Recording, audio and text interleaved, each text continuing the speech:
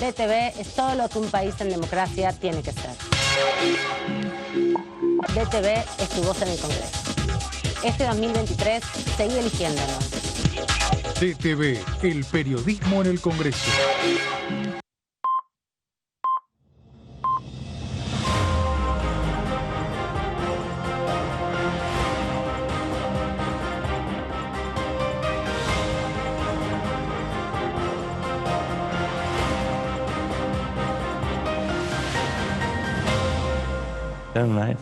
Hola, hola. Bienvenidos, bienvenidas a esta tercera edición de TV. Aquí estamos para compartir con ustedes el cierre de la jornada del día de hoy, esperando con ansiedad que sea mañana el mediodía para escuchar a Agustín Rossi, que va a estar por aquí, el jefe de gabinete de ministros, va a dar su informe, lo vienen comentando nuestros compañeros durante toda la jornada, porque es un hecho muy importante, ya que eso indica la Constitución Nacional, y aquí en la Cámara de Diputados y en el Senado todos son muy vigilantes de la Constitución Nacional, de cómo se implementa, son muy apegados a cumplir con lo que dice la Constitución, y por eso siempre quieren que el jefe de gabinete venga, esté por aquí, por el Congreso, de su informe. Como 3.000 preguntas tuvo que responder Rossi. Pensábamos que con su presencia mensual iba a cambiar la mecánica, iba a disminuir la cantidad de preguntas, pero no. Evidentemente, los diputados y diputadas de la oposición tienen mucho por qué preguntarle al oficialismo, y por eso casi 3.000 preguntas se enviaron al jefe de gabinete, a la Secretaría de Articulación Parlamentaria, pero ya están respondidas esas preguntas, ya están en manos de los diputados y diputadas. También trascendió un poco cómo va a ser esta visita de Agustín Rossi, esta presentación. Es una sesión informativa, no requiere quórum, pueden estar presentes algunos diputados, no hace falta tampoco que esté toda la oposición, pero bueno, se espera que, obvio, cuando pregunten los diputados opositores, su bloque esté ahí para respaldarlo, para también, bueno, plantearle algunas otras cosas más fuera de protocolo de los últimos días. Hubo elecciones ayer, eso es algo muy importante. Una de las elecciones que se concretó fue la que había sido suspendida por la Corte Suprema de Justicia en la provincia de Tucumán, y eso seguramente va a tener muchas repercusiones mañana, no solo en el discurso de Agustín Rossi, sino también cuando hablen algunos de los diputados del oficialismo. Va a estar seguramente Germán Martínez, quien trabajó muy codo a codo, y es además de la provincia de Santa Fe, con el actual jefe de gabinete, con Agustín Rossi. Así que vamos a ver esta escena repetida, sin ningún papel en el escritorio, el jefe de gabinete con todo en su cabeza, con el funcionamiento y los proyectos, y también, por otro lado, todo lo que se ha constituido desde mayo hasta ahora, cuando estuvo a mediados de mayo justamente la sesión en el Senado de la Nación. Allí estuvo respondiendo también preguntas. Veremos ahora cómo será su performance con todo lo que vino sucediendo desde aquel entonces hasta ahora. Como decíamos, elecciones, como decíamos también, el acuerdo con China, y lo que se espera para el 20 de junio, Día de la Bandera, feriado nacional, pero también inauguración del gasoducto Néstor Kirchner. Eso va a ser algo importante. Voy a saludar a mis colegas y compañeros que deben estar cansados porque ya trabajaron un montonazo con la cobertura de las elecciones en varias provincias. ¿Cómo andas, Sebastián Arida? Bienvenido. Bien, todo bien. Sí, a mí me tocó cubrir la provincia de Tucumán, donde como era previsible, ganó el oficialismo, bueno, con cifras bastante contundentes. Juan Mansur, por supuesto, no pudo participar por un fallo de... Pero no hizo falta porque sacaron cerca del 60%, y bueno, no fue la única elección. Estamos en pleno proceso de calendario electoral en varias provincias, vamos a tener más elecciones, y en medio de todo esto se da la actividad en la Cámara de Diputados, que obviamente se ve condicionada por el calendario electoral. Se había pensado incluso en una sesión para el día miércoles, aprovechando la visita del jefe de gabinete, de Agustín Rossi, pero claramente los diputados y diputadas están viendo otra película, porque al día siguiente, el 14, ese mismo día, a la noche, vence el plazo para las alianzas, y obviamente van a estar poniendo toda la atención en cómo se van a configurar los frentes políticos, y en ese contexto tampoco hay condiciones políticas para sesionar la semana que viene, porque además es cortita la semana también, va a ser una semana muy corta con este feriado XL por el Día de la Bandera, y recién hay expectativa de que se pueda reunir el recinto en la última semana de junio. ¿Cómo anda Claudio Mardones? ¿Qué tal? Bien. Muy buenas tardes. ¿Vos nos traes todas las noticias de Mendoza? ¿Viniste hoy por eso? Sí, totalmente, tierra? Exactamente. Vine con todos los datos de mi terruño. Bien. Bueno, tenemos un escenario que, como bien decía nuestro compañero, en primer lugar pasa por las definiciones, en el caso de las generales tucumanas, en el caso de las PASO mendocinas, en donde, bueno, finalmente hay una foto política que confirma, por una parte, una performance de Alfredo Cornejo, robustecida por Luis Petri, porque realmente los números que sacó no eran los mejores, y en ese contexto la competencia que hubo dentro de Juntos por el Cambio en el radicalismo le permitió, digamos, de estar por arriba de los 40 puntos, pero confrontando con Omar de Marchi, otro integrante de esta casa en este momento, autoridad. Vicepresidente, autoridad del cuerpo. Menos mal que Cornejo está del otro lado de Pasos Perdidos ahora, ¿no? Totalmente. Bueno, tenemos todo un tema, recinto. todo un síntoma político. Nos estamos encontrando en las desdobladas con muchos protagonistas de esta Cámara y también del Senado, ¿no? Y en estas elecciones sí, tenemos de todo. En el caso tucumano, bueno, tenemos una diputada y una senadora por San Miguel de Tucumán, Chala versus Beatriz Ávila. Y un diputado, ¿no? Roberto Sánchez también. Exactamente, en el caso de Roberto Sánchez, digamos, en el caso tucumano, en el caso mendocino tenemos, bueno, el duelo Cornejo de Marchi. En San Luis está Poggi también. Tenemos a Poggi, gobernador electo de San Luis, en un contexto en donde, bueno, no solamente tiene el respaldo de su aliado Adolfo Rodríguez Sá, sino que, bueno, llega a la provincia, vuelve a la gobernación, pero esta vez bajo el signo de Juntos por el Cambio. Claro. Y el dato mendocino, digamos, empieza un proceso que termina el 24 de septiembre, pero que deja, por una parte, la interna que tuvo Juntos por el Cambio y la contienda con Omar de Marchi, que se separó de Cambia Mendoza hace escasos 40 días, que construyó la Unión Mendocina. Pero sacó un buen porcentaje igual de votos. Ahí está el tema, porque no solamente eso, sino que además superó el 20% de los votos, en un momento en donde deja en el tercer lugar al Frente de Todos, al Frente Elegí, que usó las PASO también, porque jugó con 4 candidatos, y en ese contexto quedaron, si no me equivoco, el 16%, o sea que quedaron muy por debajo de... Y esto, pasan 2 lecturas a partir de esto. En primer lugar, hay una interna a cielo abierto de quienes fueron socios de Juntos por el Cambio en Mendoza, que va a seguir evolucionando hasta las elecciones para gobernador del 24 de septiembre. Y la otra gran pregunta, ¿cuánto va a haber de ese voto disperso del peronismo que va a seguir posicionando a De Marchi como una figura de lo que se ha hablado en estos días como el anticornejismo, ¿no?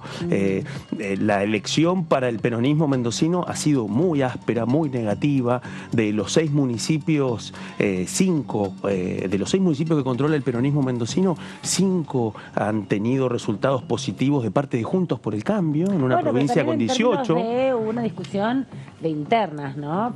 Pero ahí tenemos un tema, porque teniendo en cuenta que el peronismo mendocino va con 4 candidatos, aún así queda en el tercer lugar, y la pelea entre del segundo y el primer puesto está entre 2 integrantes que fueron de Juntos por el Cambio.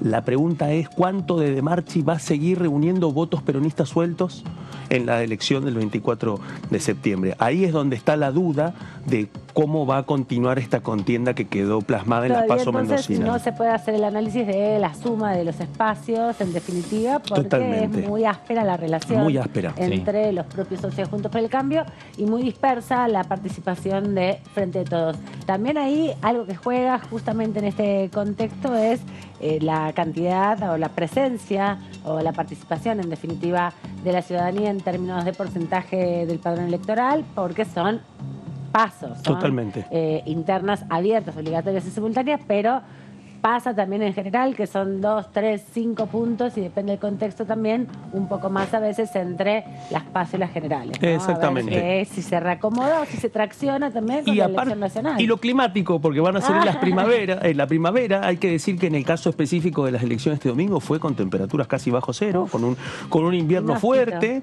totalmente. Distintas fueron las temperaturas en el norte y también la 4ª provincia que tuvo elecciones, pero que fueron solamente legislativas, la provincia de Corrientes, Corrientes, ¿sí? En donde, bueno, fue prácticamente vivido por el radicalismo como un momento plebiscitario para el gobernador Gustavo Valdés, en donde, bueno, mantiene la mayoría en las dos cámaras a partir de este recambio que quedó, pero bueno, creo que tanto lo que estuvo pasando en Mendoza como lo que pasó en Corrientes, como la foto que dejó San Luis y también el caso del radical Roberto Sánchez en Tucumán, bueno, son temas que se están cocinando ahora en la convención radical. Momento, exactamente. Estaba conectándome con nuestra compañera Débora Albrieta, que, bueno, vos la estás reemplazando, porque está Débora acá. Totalmente. Y ella está ahora en la convención radical, dice que por ahora viene todo muy tranquilo, puertas adentro. Está afuera ella como periodista. Es que claro, sí, no te dejan entrar, digamos, no te dejan entrar, solo full. Exacto.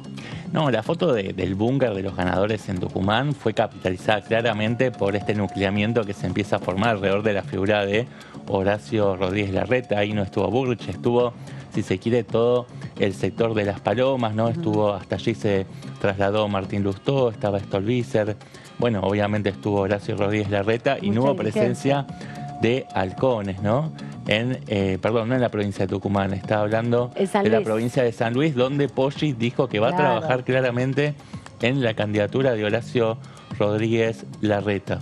Eso, efectivamente, porque en Tucumán, si bien hubo un triunfo contundente a nivel provincial, están esperando el escrutinio definitivo de la capital, de la ciudad capital, de San Miguel de Tucumán, donde ahí está con una diferencia exigua. Por ahora, por lo menos, se imponía la diputada nacional Roxana Chala, pero todavía hay que esperar porque hay varios votos recurridos. Sí, faltan abrir 432 mesas de urnas.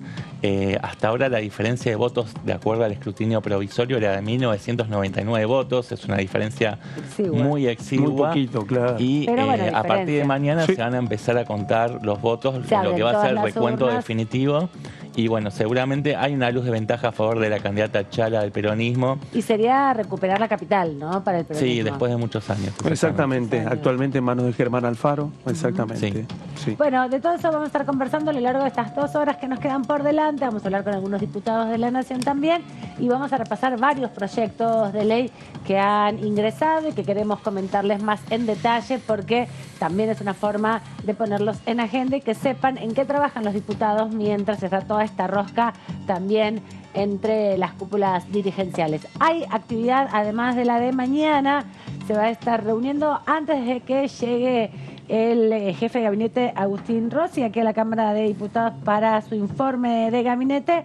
Esta comisión, la Comisión de Pesca, Intereses Marítimos, Fluviales y Portuarios, recordemos que la semana pasada estuvieron trabajando en torno a los residuos pesqueros. Van a estar hablando justamente del proyecto del diputado Carlos Selva. Ya tenía dictamen este proyecto y ahora se va a retomar el debate, así que desde el punto donde habían quedado en diciembre del año pasado, cuando vencieron los plazos de los proyectos que no habían sido tratados, trazabilidad de la pesca va a estar nuevamente en debate. Desde las 11 de la mañana entonces esta comisión va a estar trabajando aquí en la Cámara de Diputados. Un proyecto, recordemos, que lo que busca es dar cuenta de todo el proceso productivo para que no solamente se pueda tener información del lote, el barco, el día y el proceso en que se fue extraída ese alimento del mar, sino principalmente también por la declaración jurada que hacen para la exportación, ¿no? Sobre todo para poder tener un mejor seguimiento de la capacidad productiva que tiene la Argentina y la capacidad exportadora también en la misma línea. Van a estar un rato, así que yo con este augurio creo que la visita del jefe de gabinete, que está prevista para las 12, se va a demorar un poquito, aunque Rossi es bastante puntual, ¿no? Totalmente. Es importante decirlo, viene un rato antes, se junta con la presidenta del cuerpo, conversan, le cuenta más o menos cómo va a ser su exposición, por dónde va a ir. Rossi conoce la Cámara al dedillo, no hace falta que le presente a nadie, Cecilia Moró, ¿no? Totalmente. Sí, pero tiene su protocolo. Por supuesto, su formalidad. Tiene que ir por presidencia, ingresar y dar su discurso. La última vez que vino había llegado ahí 12:10, ¿no? A tiempo. Había sido el 29 de marzo, también se presentó en mayo en el Senado, esta va a ser su tercera presentación en el Senado. Claro que esto se da en un contexto diferente, que le encuentra lanzado como candidato o precandidato presidencial del Frente de Todos en este marco donde reina el caos, ¿no? En el frente de todos, donde no se sabe finalmente cuál va a ser la fórmula definitiva. ¿Dónde no reina el caos, digamos, no? Definiendo candidaturas. No, pero por lo menos en Juntos por el lugares. Cambio hay datos un poco más sólidos. Se sabe quiénes van a ser los dos principales candidatos que van a sostener una interna bastante reñida, pero en el frente de todos me parece que ni siquiera se sabe cuál va a ser la fórmula bendecida por Cristina Kirchner, con lo cual... También en el Juntos por el Cambio no se sabe si va a haber fórmulas con radicales, sin radicales, si va a haber 4 fórmulas, 2 fórmulas, si van a ser cruzadas, no cruzadas.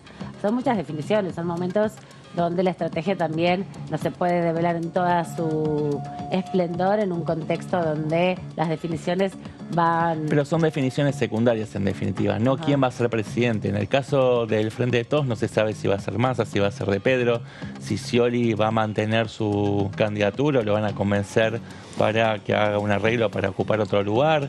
Me parece que en Juntos por el Cambio se sabe que Horacio Rodríguez Larreta y Patricia Bullrich van a presentarse y en todo caso se verá si hay candidaturas testimoniales de José Luis Espert y Facundo Manes, pero me parece que está un poquito más claro y lo que se está dando en estos días de tanta tensión interna tiene que ver más con un adelantamiento de los posicionamientos, ¿no? De caras interna, pero más que por las no definiciones. está tan en juego cuáles son las definiciones centrales, ¿no? Que tienen que ver con quiénes van a ser los candidatos. Más o menos, y esto es lo que le preocupa tanto al radicalismo, especialmente por la interna que se ha desatado, especialmente en el PRO, a partir de la relación con el gobernador cordobés Juan Schiaretti. Ahí hay un elemento nuevo, disruptivo, disruptivo porque ha empezado a librarse en los medios, pero en realidad habla de negociaciones que suceden hace 2 años, que incluyen a Horacio Rodríguez Larreta y también al gobernador jujeño Gerardo Morales. Esto hace un mes atrás no estaba en el radar de nadie.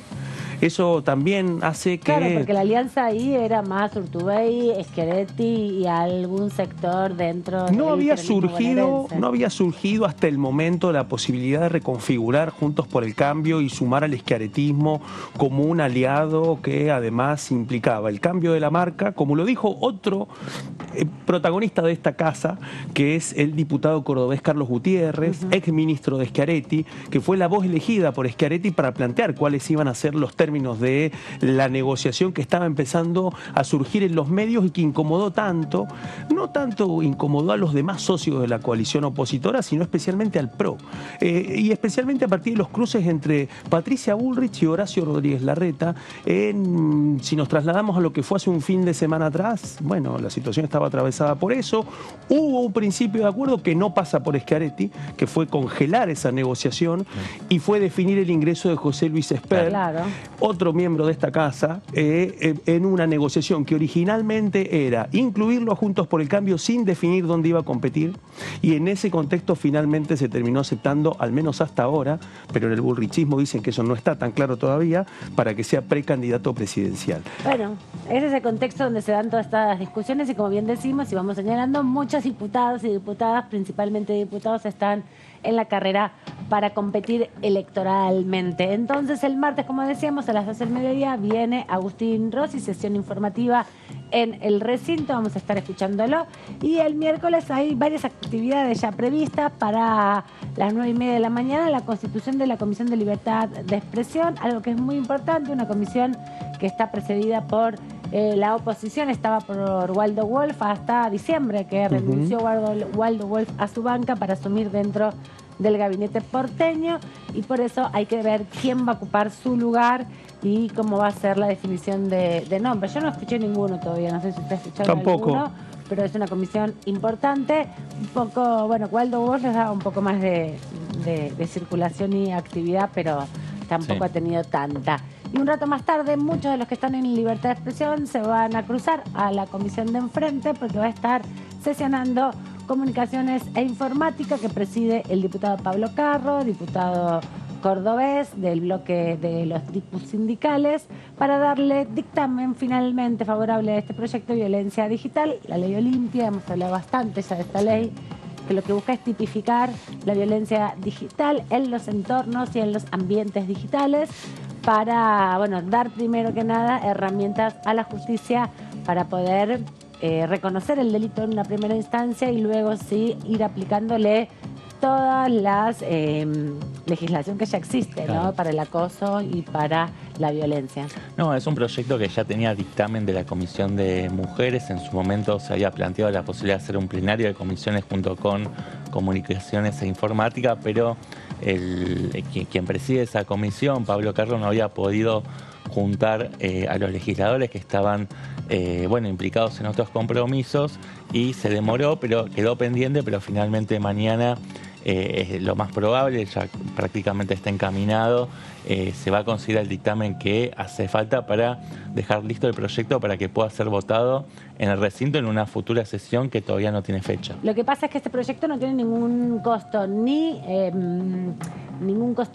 económico ni tampoco ninguna necesidad de modificar el Código Penal. Solo se incorpora a la Ley 26.485, la Ley de Violencia de Género, el reconocimiento de este tipo de modalidad de violencia para que en esos contextos se pueda apelar a la Ley de Violencia de Género por un lado, y por otro lado, bueno, hay un andamiaje legal que viene desde 1910 hasta ahora.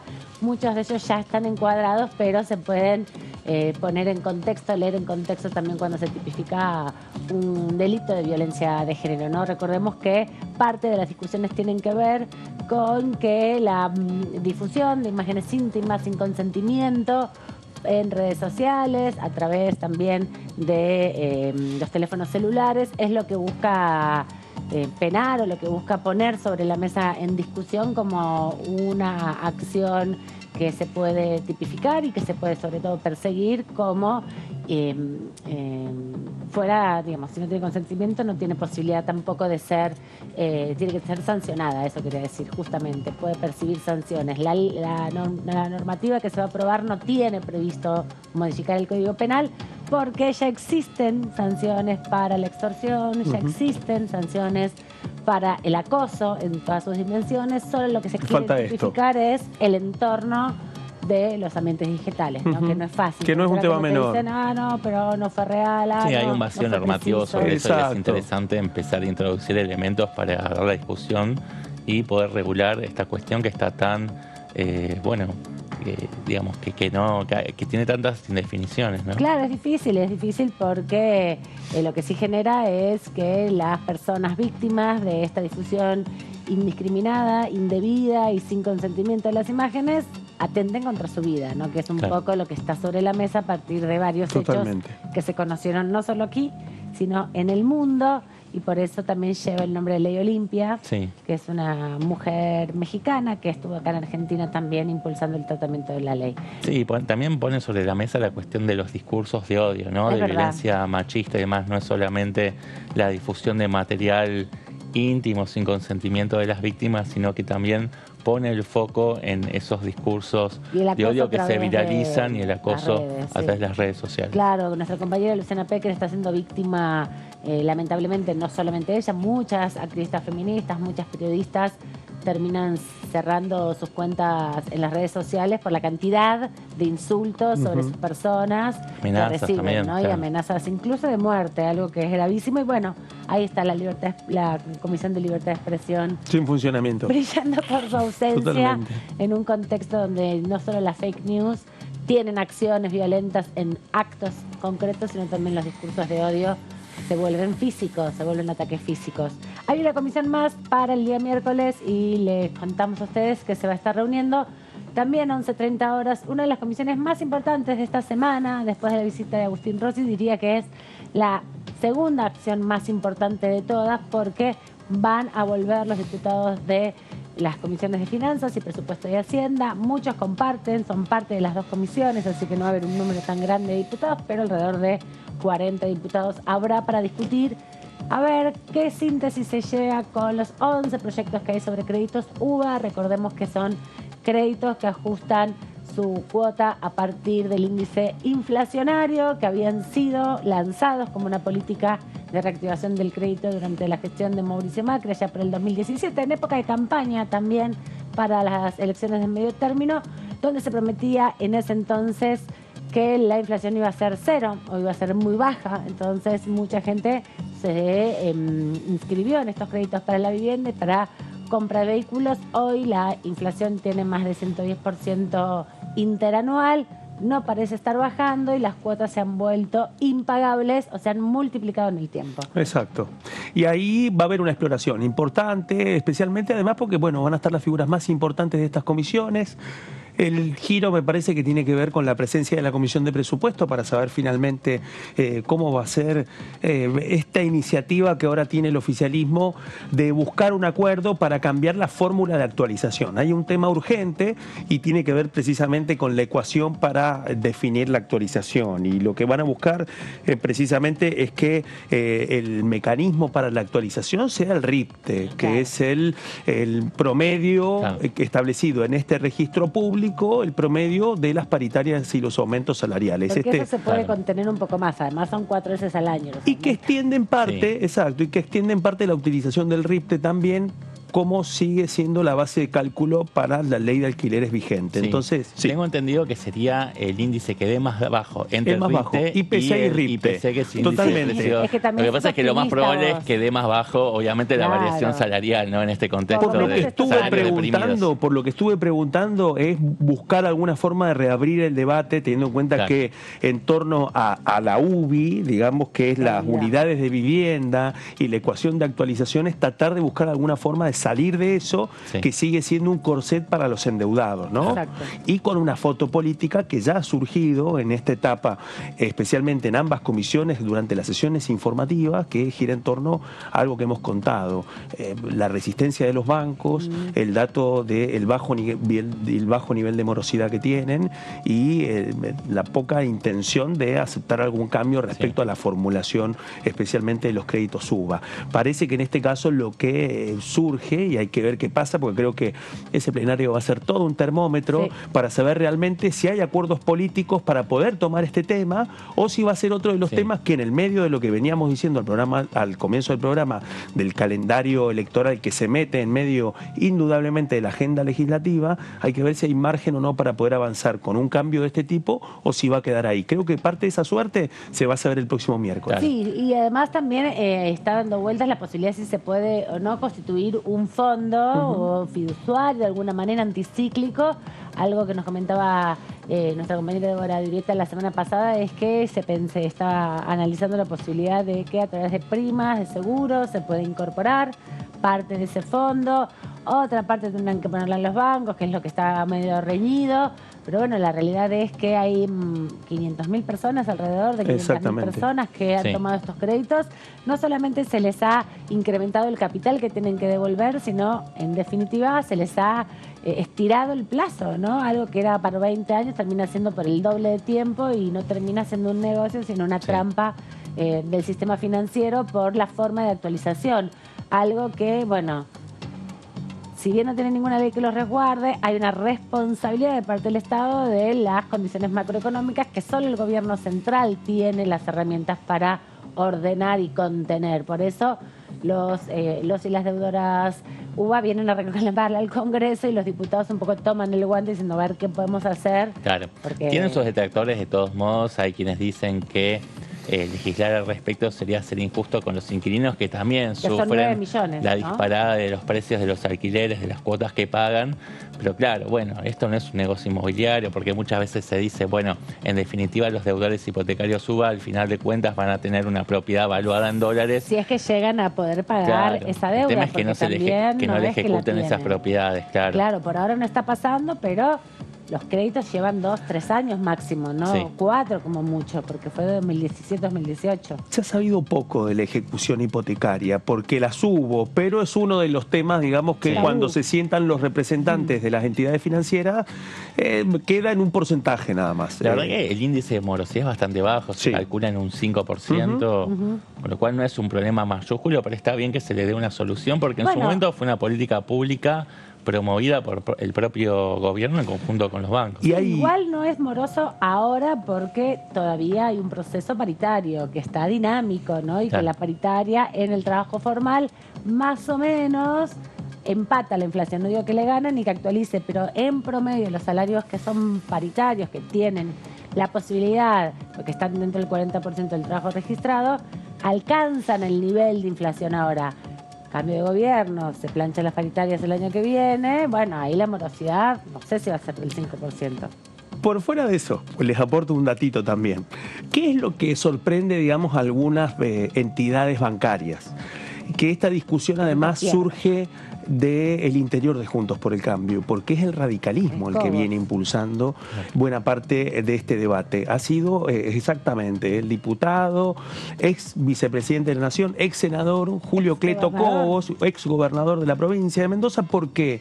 Porque la verdad, en el caso de la provincia de Mendoza, este es un tema acuciante, porque en distintos distritos de nuestro país el nivel de deudores que hay realmente no se condice con el porcentaje de la media federal. Lo que sucede en algunas provincias es un porcentaje mucho más amplio. O sea que si tomamos el porcentaje general hay una morosidad pequeña, pero si lo vamos desagregando es otra la foto. Es mayor la morosidad. Es mayor, exactamente. En Mendoza, por ejemplo. En Mendoza, por ejemplo. Y es un tema que en este contexto también resulta incómodo si no hay ninguna señal mínimamente. ¿Por qué insisto con este tema? Porque tampoco hay una posición común dentro de Juntos por el Cambio, porque para Cambiemos en su momento fue también una bandera en torno a lo que fue la gestión de Mauricio Macri en la presidencia de la Nación.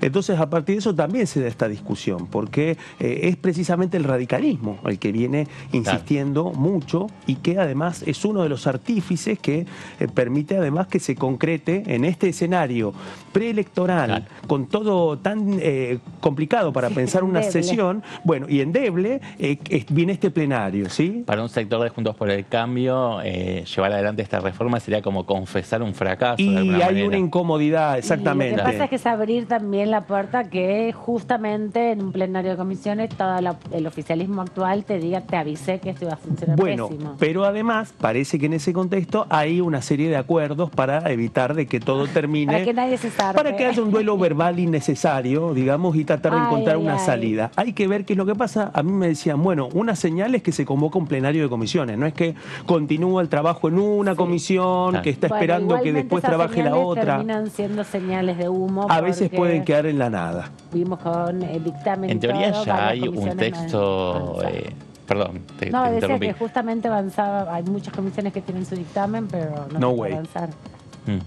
Humedales. Por ejemplo, vamos a ver. En los papeles hay un texto consensuado que se pulió en asesores y que ahora se va a someter a la consideración de los diputados y diputadas de estas dos comisiones. Pero bueno, después está sujeto a las negociaciones, a los lobbies que permean en las dos coaliciones, sobre todo en Juntos por el Cambio. No hay nada definido aún. Vamos a ver pasado, miércoles. Atención, porque esta comisión es una de las más importantes del día, es a las 11:30, va a ser larguita, no va a ser eterna, pero va a ser importante tomarla en cuenta. Y la próxima comisión que nos queda, una que siempre está presente, pero no va a tener el protagonismo que se esperaba, porque a las 11 de la mañana del jueves 15 de junio, anticipando, 5 días antes del Día de la Bandera, 2 días antes, 24 horas, 48 horas antes del feriado, de que inicie el feriado largo de junio, comisión de juicio político. Aquí no hay invitados, no va a haber audiencia, no va a haber audiencia testimonial, sino que los diputados y diputadas van a aprovechar justamente la sesión informativa del día martes, van a demorar la vuelta a las provincias de los 16 integrantes de la comisión de juicio político del oficialismo, los 15 de la oposición, que son la gran mayoría de provincias de la Argentina.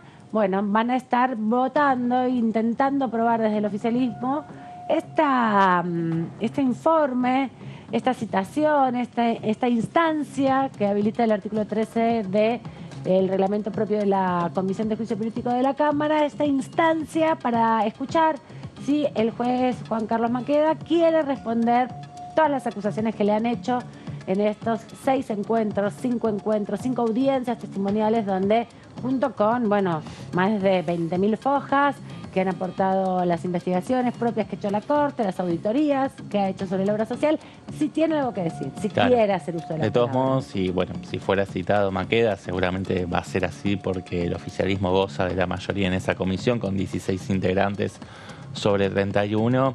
La concurrencia a la Comisión de Juicio Político en esta instancia es voluntaria, claro, no es el ejercicio de un derecho. Es para que aporte de información, defensa, no es una testimonial. Claro, no es tampoco una audiencia de defensa. Claro. No es el momento donde tiene la obligación de defenderse, sino que es una instancia que habilita el propio proceso de la Comisión de Juicio Político, porque, recordemos, son muchas las causales. De hecho, se va a intentar incorporar más causales. Nos dijo acá el diputado Tailade hace una semana atrás que va a intentar que otras 4 causales. Una tiene que ver con las amenazas que denunció Héctor Marchi cuando vino. Otra tiene que ver con la destrucción del mail institucional del presidente de la Corte, que se cerró intempestivamente hace unos meses atrás, a principios de este año, y que, bueno, les parece una situación irregular para un mail institucional donde no se puede recuperar la información que allí estaba, y un par de situaciones más complejas que tienen que ver con otras hechos que afloraron en las testimoniales. Bueno, y las elecciones, la suspensión de las elecciones en San Juan y Tucumán, que ese es otro de los temas. Efectivamente. Hay que ver qué pasa con eso también. Eso, exactamente. Hay que ver si se puede aprobar o no esa causal, pero además de esas causales también trabajan en estas otras que son derivadas de la propia declaración, ¿no?, que ha dado distintos testimonios, distintos testigos en este proceso respecto a la investigación de la obra social. Por eso, como se investigó primero 2x1, Tailade nos explicaba que todavía algunos testimonios claves del 2x1 quedan pendientes de ser recabados, tomados presencialmente aquí en la comisión. Entonces no hicieron la instancia de plantearle al juez Rosenkrantz en ese caso y al juez Rosati que expliquen las causales, las denuncias que están en su contra, pero como con obra social la etapa Maqueda concluyó, no va a haber citaciones nuevas por ahora. Bueno, van a hacer este intento donde el jueves entonces a las 11 de la mañana, en una reunión de comisión sin testigos, esperemos que el oficialismo consiga el quórum, porque si no, no se va a poder hacer nada en definitiva. Eso es uno de los interrogantes también. Hay que ver. Bueno, en este contexto con las elecciones de Tucumán me parece que van a tener más ganas de venir algunos. Me parece que sí. Me parece que sí. La pregunta es, bueno, ver qué pasa ahí, cómo avanza, digamos, en el caso de que haya una eventual reunión de trabajo de la Comisión de Juicio Político, porque sería la primera de este tipo en un largo tiempo, y con todo el resto de las cuestiones que quedan por definir, ¿no? Porque también hay otro... Y hay otro plato fuerte también que tiene que ver no solamente con la discusión en torno al fallo de la coparticipación, que finalmente buscó encontrar una salida a la controversia entre nación y ciudad, sino también porque eso está directamente vinculado con el hackeo al celular del ex ministro de Seguridad Marcelo D'Alessandro y lo que implica eso, ¿no? Porque esto va a ser otro elemento, teniendo en cuenta que la comisión, como la comisión tiene la obligación además de construir la prueba, bueno, ahí hay que ver cómo va a empezar la construcción de la prueba respecto a este disparador de esta causal de pedir un enjuiciamiento por mal desempeño, que es la vinculación de esos chats con la factura del fallo que finalmente termina beneficiando a la ciudad de Buenos Aires. Hay que ver ahí, hay mucha expectativa a ver cómo va a ser eso. Por eso, ¿quiénes van a venir? ¿Quiénes van a venir? ¿Cuáles van a ser los temas que van a surgir a partir de lo que está en los chats y de las vinculaciones y las conexiones? Hay que ver cuáles van a ser los elementos que va a poner a prueba el oficialismo y cuáles van a ser los recursos también que va a utilizar la oposición también para hacer frente a esta situación. No nos hemos encontrado con una oposición que ha dejado que estas cuestiones le pasen inadvertido, sino han jugado sus argumentaciones. La pregunta es, ¿cuáles van a ser las argumentaciones en este caso específico, teniendo en cuenta además que está también la discusión respecto a la ilegalidad del hackeo? Sí, exactamente, de eso nos vamos a enterar todo el jueves a las 11 de la mañana, porque va a ser central a la hora de la reunión entre los diputados y diputadas que conforman la Comisión de Juicio Político. Lo van a estar viendo aquí en Diputados TV. Nos convoca nuestro móvil con Lourdes López. Buenas tardes, ¿cómo estás, Lourdes?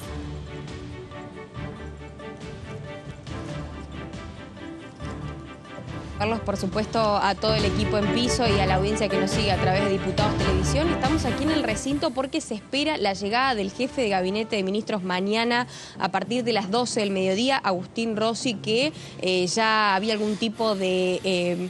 no vamos a decir especulación, pero se esperaba que pueda llegar, según lo que corresponde el artículo 101 de la Constitución Nacional, a dar un análisis también y una explicación pormenorizada de lo que ha sido ahora su gestión, también de una explicación como se esperaba el mes pasado en el Senado, pero por razones de ese cuerpo no se pudo realizar, y es por eso que ahora, más específicamente mañana a las 12 horas va a estar llegando aquí a este recinto. De esta manera no se va a realizar tampoco, entendiendo que hay toda una semana electoral de por medio, que venimos de fin de semana electoral también en Tucumán, en San Luis y en particularmente en la otra provincia, en Mendoza, Bueno, es por eso que también el próximo jueves se van a estar cerrando también lo que son las alianzas electorales para las precandidaturas presidenciales. Entonces hay mucha actividad que, por lo tanto, la sesión que estaba pactada de alguna manera o que se había conversado, que habían hablado algunos temas para el día miércoles, no se va a realizar finalmente. Y también todavía, según lo que se ha explicado de alguna manera para algunos medios parlamentarios, es que estaría en dudas, entre comillas, lo que sería la comisión de juicio político presidido por la diputada Carolina Gaillard, por la presencia de algunos diputados y diputadas que obviamente están trabajando en cada uno de los territorios en las provincias. Pero bueno, por ahora está en la grilla, está en la agenda parlamentaria, así que mañana se espera la llegada del jefe de gabinete, Agustín Rossi. Para el miércoles va a haber también trabajo de comisión y para el día jueves se espera, por supuesto, la comisión de juicio político con todo lo que esto implica para hablar de la obra social del Poder Judicial de la Nación. Buenísimo, Lourdes, ahí se ve todo ya listo para recibir a los diputados y diputadas que van a estar acercándose temprano. Como es una sesión informativa del jefe de gabinete, no hay labor parlamentaria, así que cerca del mediodía estaremos viendo los diputados que llegan. Hay muchos, bueno, que tuvieron elecciones, pero ya está. Ya se pasaron las elecciones. Van a estar acá presentes y la semana próxima hay menos procesos electorales, me parece, que se van a estar dando. Así que ojalá se pueda concretar y sea entretenida también la sesión, ¿no? Porque a veces no es tan entretenida. Sería bueno. El 18 hay paso en el Chaco. Sí, y pensando también que no se ha podido, no se pudo sesionar tampoco el mes pasado. Entonces, bueno, esto como que este objetivo que se había planteado de alguna manera desde el bloque oficialista, al menos para poder sesionar todos los meses, no se pudo realizar. Es por eso que queda exacto, es por eso que queda pendiente esta tarea de, bueno, al menos poder sesionar en el mes de junio, entre todo el cambio y toda la actividad electoral que sabemos que es complicada, porque hay vuelos, porque hay demoras, hay muchos diputados que son gobernadores, que han sido electos como gobernadores, particularmente la del diputado Claudio Javier Poggi en la provincia de San Luis, de la que soy oriunda.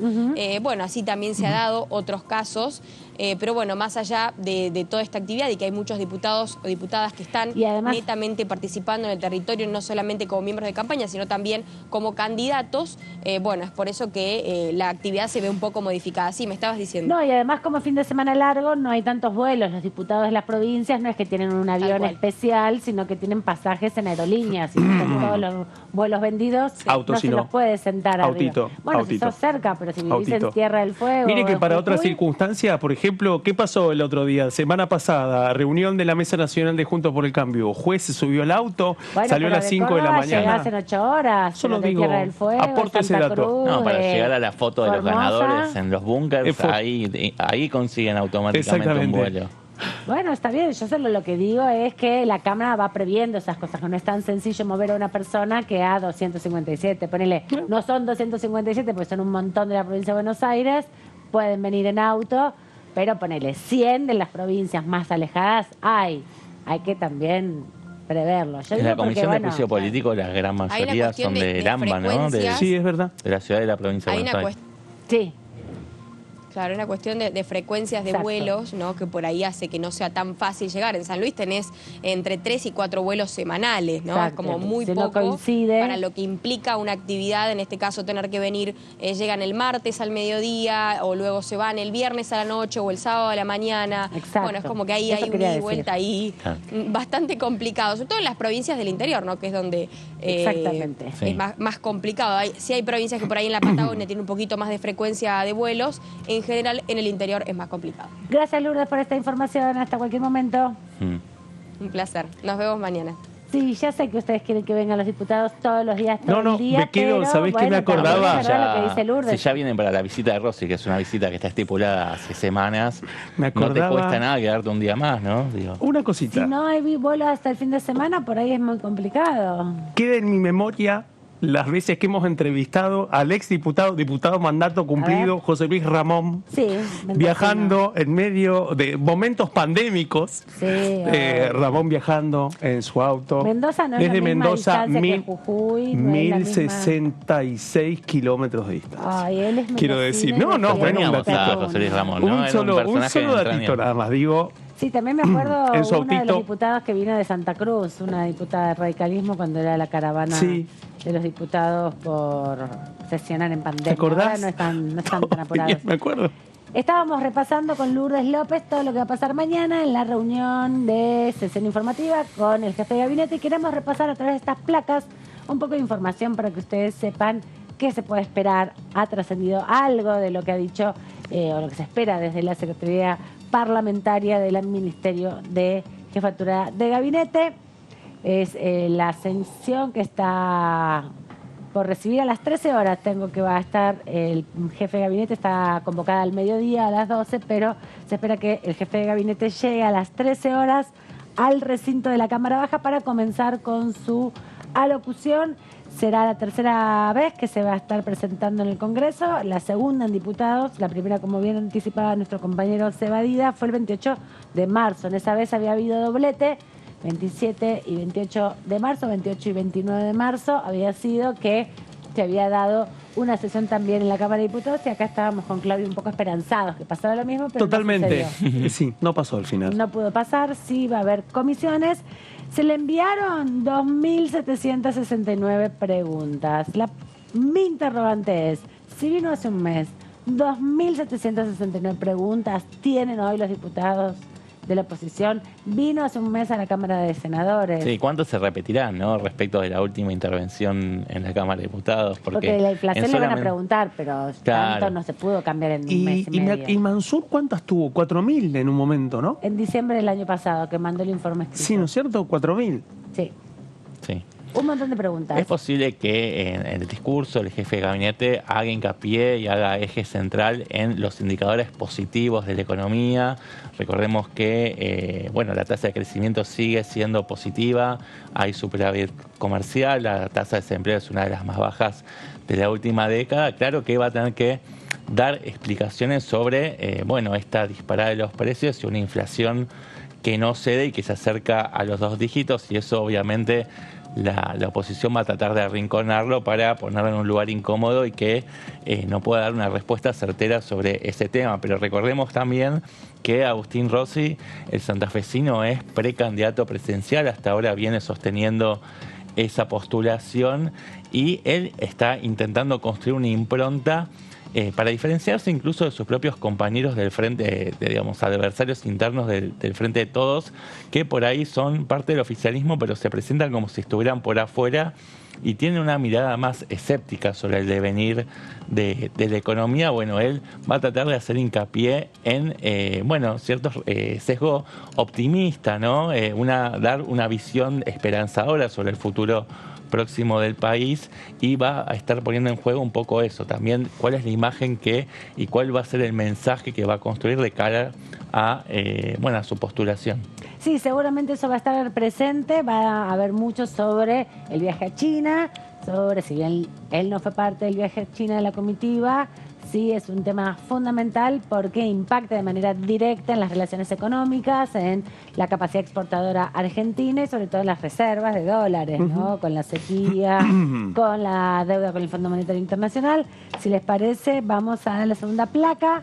Se espera que repase los logros del gobierno poniendo énfasis en lo que viene, como bien decía Sebastián, también la inauguración del gasoducto Néstor Kirchner, que va a ser este primer tramo inaugurado, se espera el 20 de junio próximo en un acto por el Día de la Bandera, donde, a contrarreloj y en un trabajo inaudito, así en términos de cantidad de trabajadores y capacidad de obra pública, se está desarrollando este gasoducto y también la posibilidad concreta de un superávit fiscal para el año en curso de alrededor de 25.000 millones de dólares.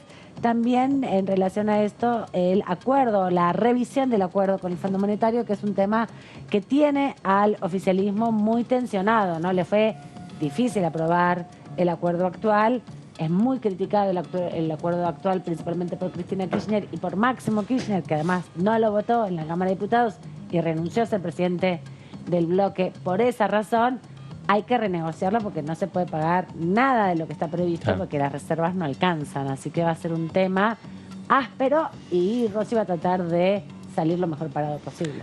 Aparte porque, bueno, vienen algunos momentos también que tienen que ver con el discurso que viene manteniendo Rossi como uno de los voceros del gobierno y tiene que ver con la inminente finalización del gasoducto Néstor Kirchner. Bueno, este es un elemento que tiene que ver con algo que Rossi ya viene diciendo. Y es hasta Saliqueló, ¿no? Hasta Saliqueló, exactamente. O sea, hasta la provincia de Buenos Aires. Hasta la provincia de Buenos Aires. El primer pedazo. Ese es el primer tramo. Ese primer tramo va de la mano de un tema que además Rossi ya viene planteando, que es que las perspectivas económicas en materia energética para el año que viene van a ser totalmente diferentes. Exacto. Y en ese contexto nos vamos a encontrar posiblemente con un ministro coordinador que con esos datos también va a interpelar a la oposición, ¿sí? Que va a hacer uso de su cintura discursiva.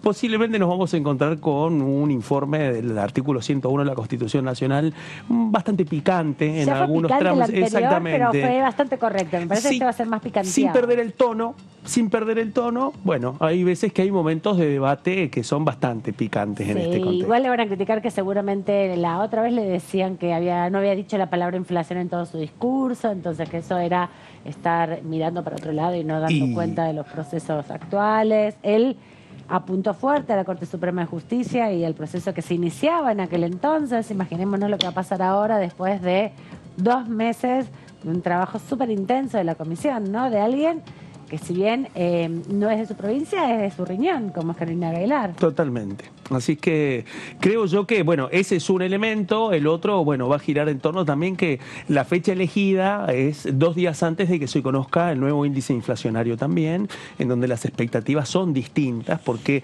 ya la Dirección de Estadística de la Ciudad de Buenos Aires daba otra tendencia. Están un poco esperanzados en que no sea un número tan amargo como el índice anterior, pero entiendo también que las fechas se acomodan en ese contexto también. Están esperando una cifra similar al del último mes, o si no, unos, un poquito por debajo. Totalmente. Claro, exactamente. Pero nada, sí, lágrimas por debajo. Claro. Vamos a la última placa para ir conociendo un poco sobre lo que esperamos de la visita del jefe de gabinete Agustín Rossi, que sucederá mañana a partir del mediodía, 1 de la tarde aproximadamente. La actualidad respecto al proceso de juicio político que se le lleva a la Corte Suprema de Justicia, con el llamado a declaración, a prestar informe por parte del juez Juan Carlos Maqueda. Va a ser uno de los temas importantes, sobre todo porque la visión positiva del Ejecutivo en el avance de la causa con respecto a la obra social del Poder Judicial y la conflictividad probable con la provincia de Formosa o Buenos Aires respecto a fallos posibles que se esperan para los próximos días, interviniendo en la reelección de los intendentes, en la interpretación sobre la modificación de la ley electoral en la provincia de Buenos Aires respecto a cuándo se empiezan a contar los mandatos de los intendentes para la reelección posible o no. Y por otro lado, bueno, lo que se interpuso respecto a la legitimidad y legalidad de la postulación de Gildo Infran en la provincia de Formosa. También va a estar seguramente a hablar sobre el futuro para el año próximo, las posibilidades abiertas con respecto a la economía, con respecto también al tema que bien decía Claudio de el ahorro energético y la cosecha en puerta después de esta sequía que ha hecho sufrir mucho a la cartera económica, a todos nosotros obviamente, porque nos ha impactado negativamente en el valor de los precios. También decía ahí, nuevamente reforzando la necesidad de una renegociación de acuerdo con el Fondo Monetario Internacional por los vencimientos 2024, que son como 19.000 millones de pesos que no se pueden pagar. De dólares. De dólares, perdón, de pesos no de dólares, que no se pueden pagar. Qué distinto sería si fuera de pesos, Sí. Sí, porque le va bastante mejor con la renegociación de la deuda en pesos, ¿no? Con los bonos. Hay una expectativa cifrada en que haya una renegociación exitosa de la deuda y eso trae un alivio financiero en el frente externo. Bueno, Rossi justamente sostenidamente en varias entrevistas viene diciendo que el panorama económico para el año que viene es bastante más alentador. También ha comentado sobre las posibilidades, la potencialidad del sector del litio, que van a empezar a rendir frutos las inversiones que ya vienen haciéndose a partir de una mayor capacidad exportadora, y lo que decías vos, Claudio, sobre el gasoducto Néstor Kirchner, que también cambia un poco la ecuación del ahorro energético. Sí, esto es parte de lo que se espera para mañana, pero queremos también repasar un fragmentito de lo que decía Agustín Rossi, un poco respecto a lo que decía nuestro colega recién, Seba Adida, en relación a la explotación del litio y obviamente también de la mano de los recursos naturales. Esto decía Agustín Rossi en marzo, cuando vino aquí a la Cámara de Diputados. Todos sabemos lo que pasa con los recursos naturales en la Argentina. No son potestad de la nación, sino que son potestad de las provincias, ¿no?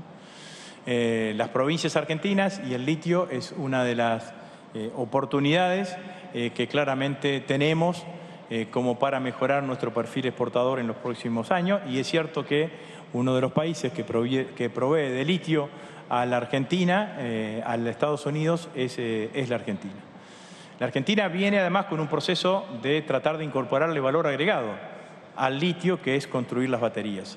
Y venimos con una tarea que está llevando adelante YPF y TEC, que está construyendo baterías de litio para que después puedan ser comercializadas en forma masiva en la Argentina. Y esas baterías de litio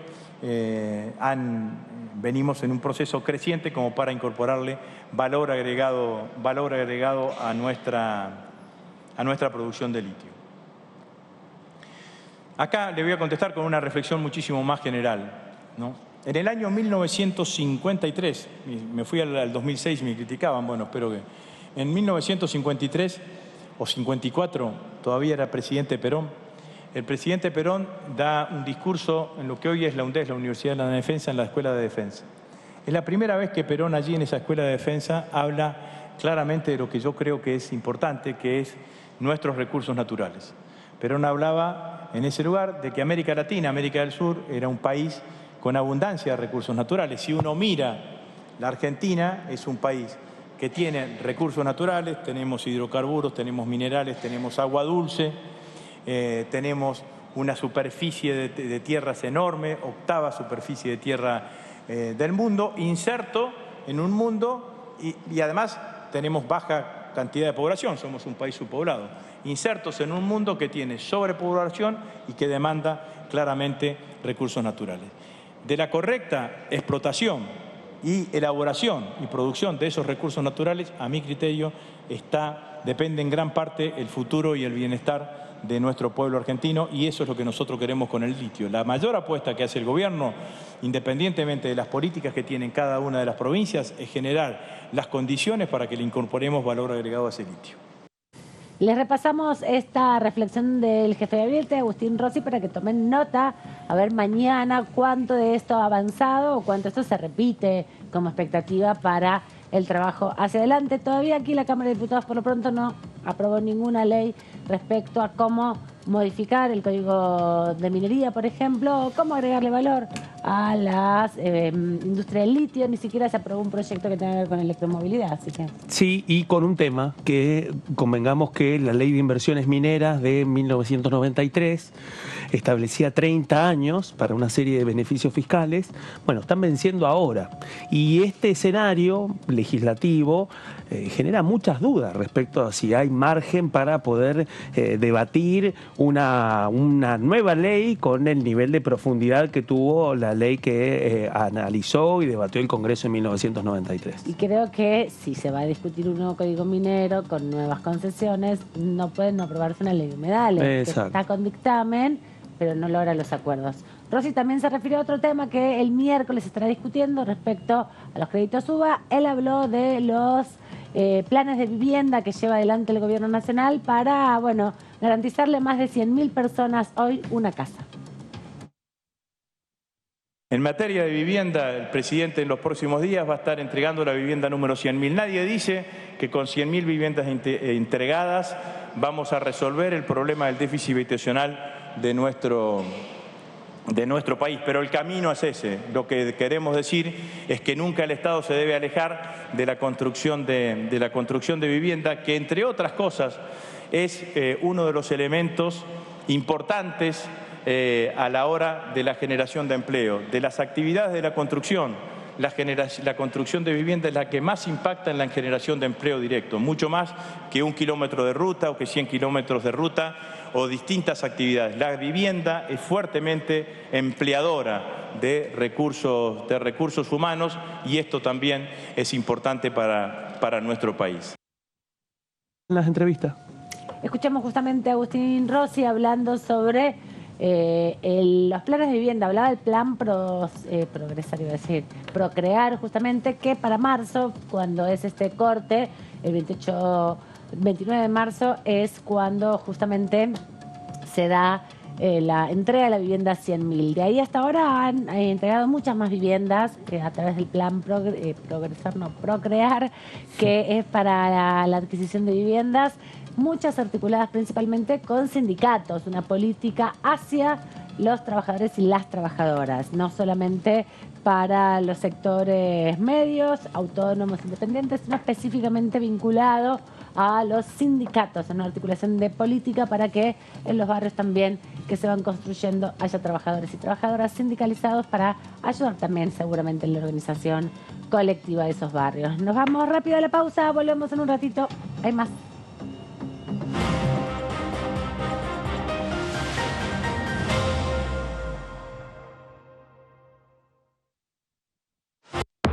Bienvenidas y bienvenidos a Punto Género.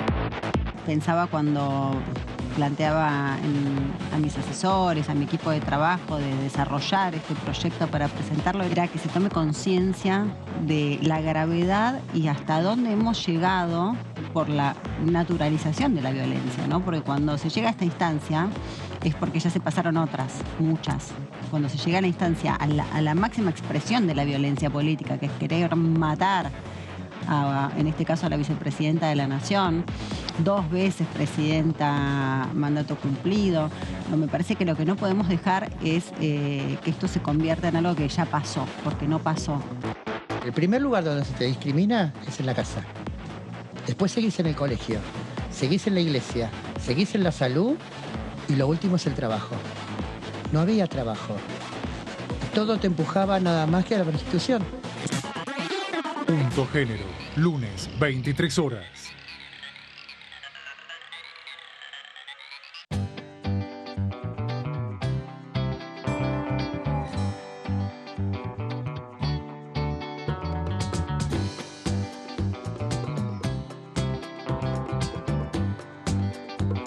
Para hacer visible y formalizar el trabajo en casas particulares, creamos el programa Registradas, generando empleo digno y de calidad.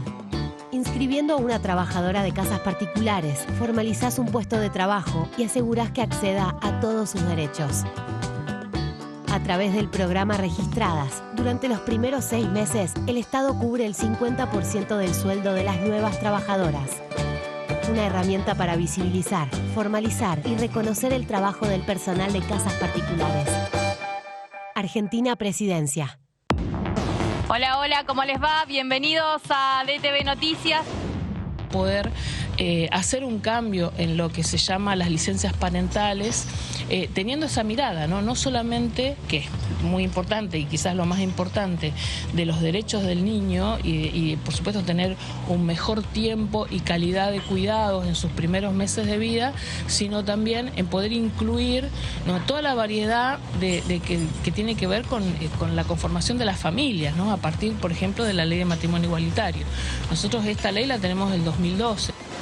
Lo que va a ser interesante va a ser la reunión de la comisión del día jueves de ciencia, presidida por Facundo Manes y con donde Mara Brauer, una aliada muy fuerte de Daniel Filmus, es la vicepresidenta, y que va a tratar de informar sobre el proyecto de ciencia que hace rato se aprobó en la Cámara de Senadores y ahora también pasó por la Cámara de Diputados cuando tuvieron varios integrantes del Ministerio de Ciencia y Tecnología encabezados justamente por Filmus en la Cámara de Diputados. DTV Noticias, de lunes a viernes.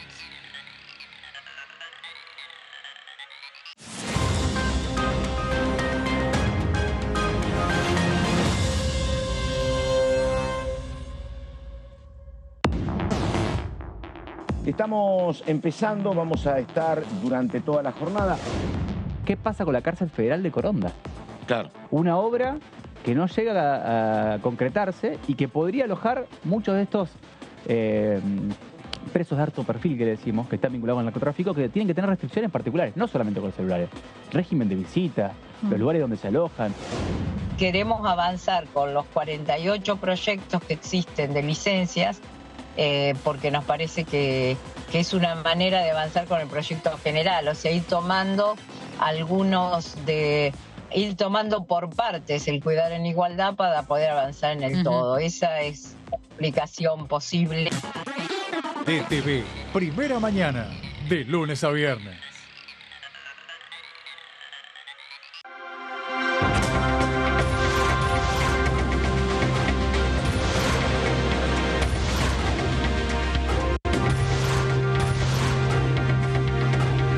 Ellos son tu voz en la tercera edición.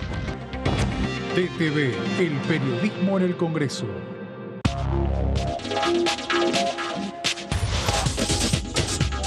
Punto Género, lunes, 23 horas.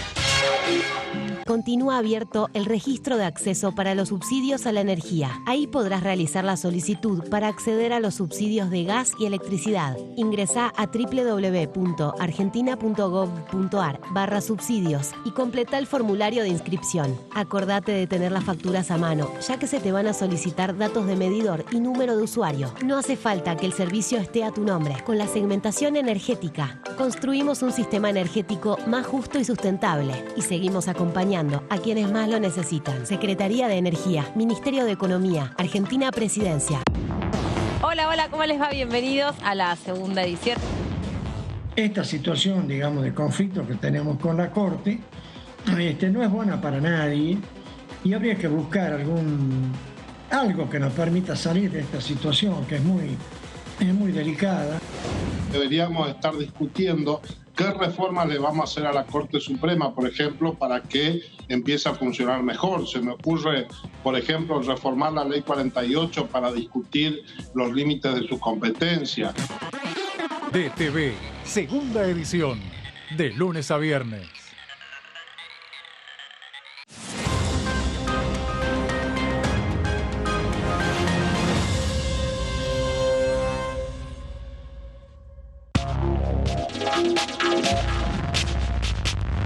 DTV es diálogo, análisis, información. DTV es pluralidad de voces, federalismo, libertad de expresión. DTV es todo lo que un país en democracia tiene que ser. DTV es tu voz en el Congreso. Este 2023 seguí eligiéndonos. DTV, el periodismo en el Congreso. Cuando hagas una compra, paga como quieras, pero paga lo que es justo, porque ahora contás con precios justos. El compromiso que tomamos con supermercados y distribuidores de todo el país para que más de 2.000 productos mantengan su precio por 4 meses y la previsibilidad de que otros 30.000 no superen el 4% de aumento mensual. Además, podés avisar de faltantes o irregularidades para que nadie tenga que pagar de más. Bajate la app, escaneá y conocé los precios justos. Primero la gente. Ministerio de Economía. Argentina Presidencia.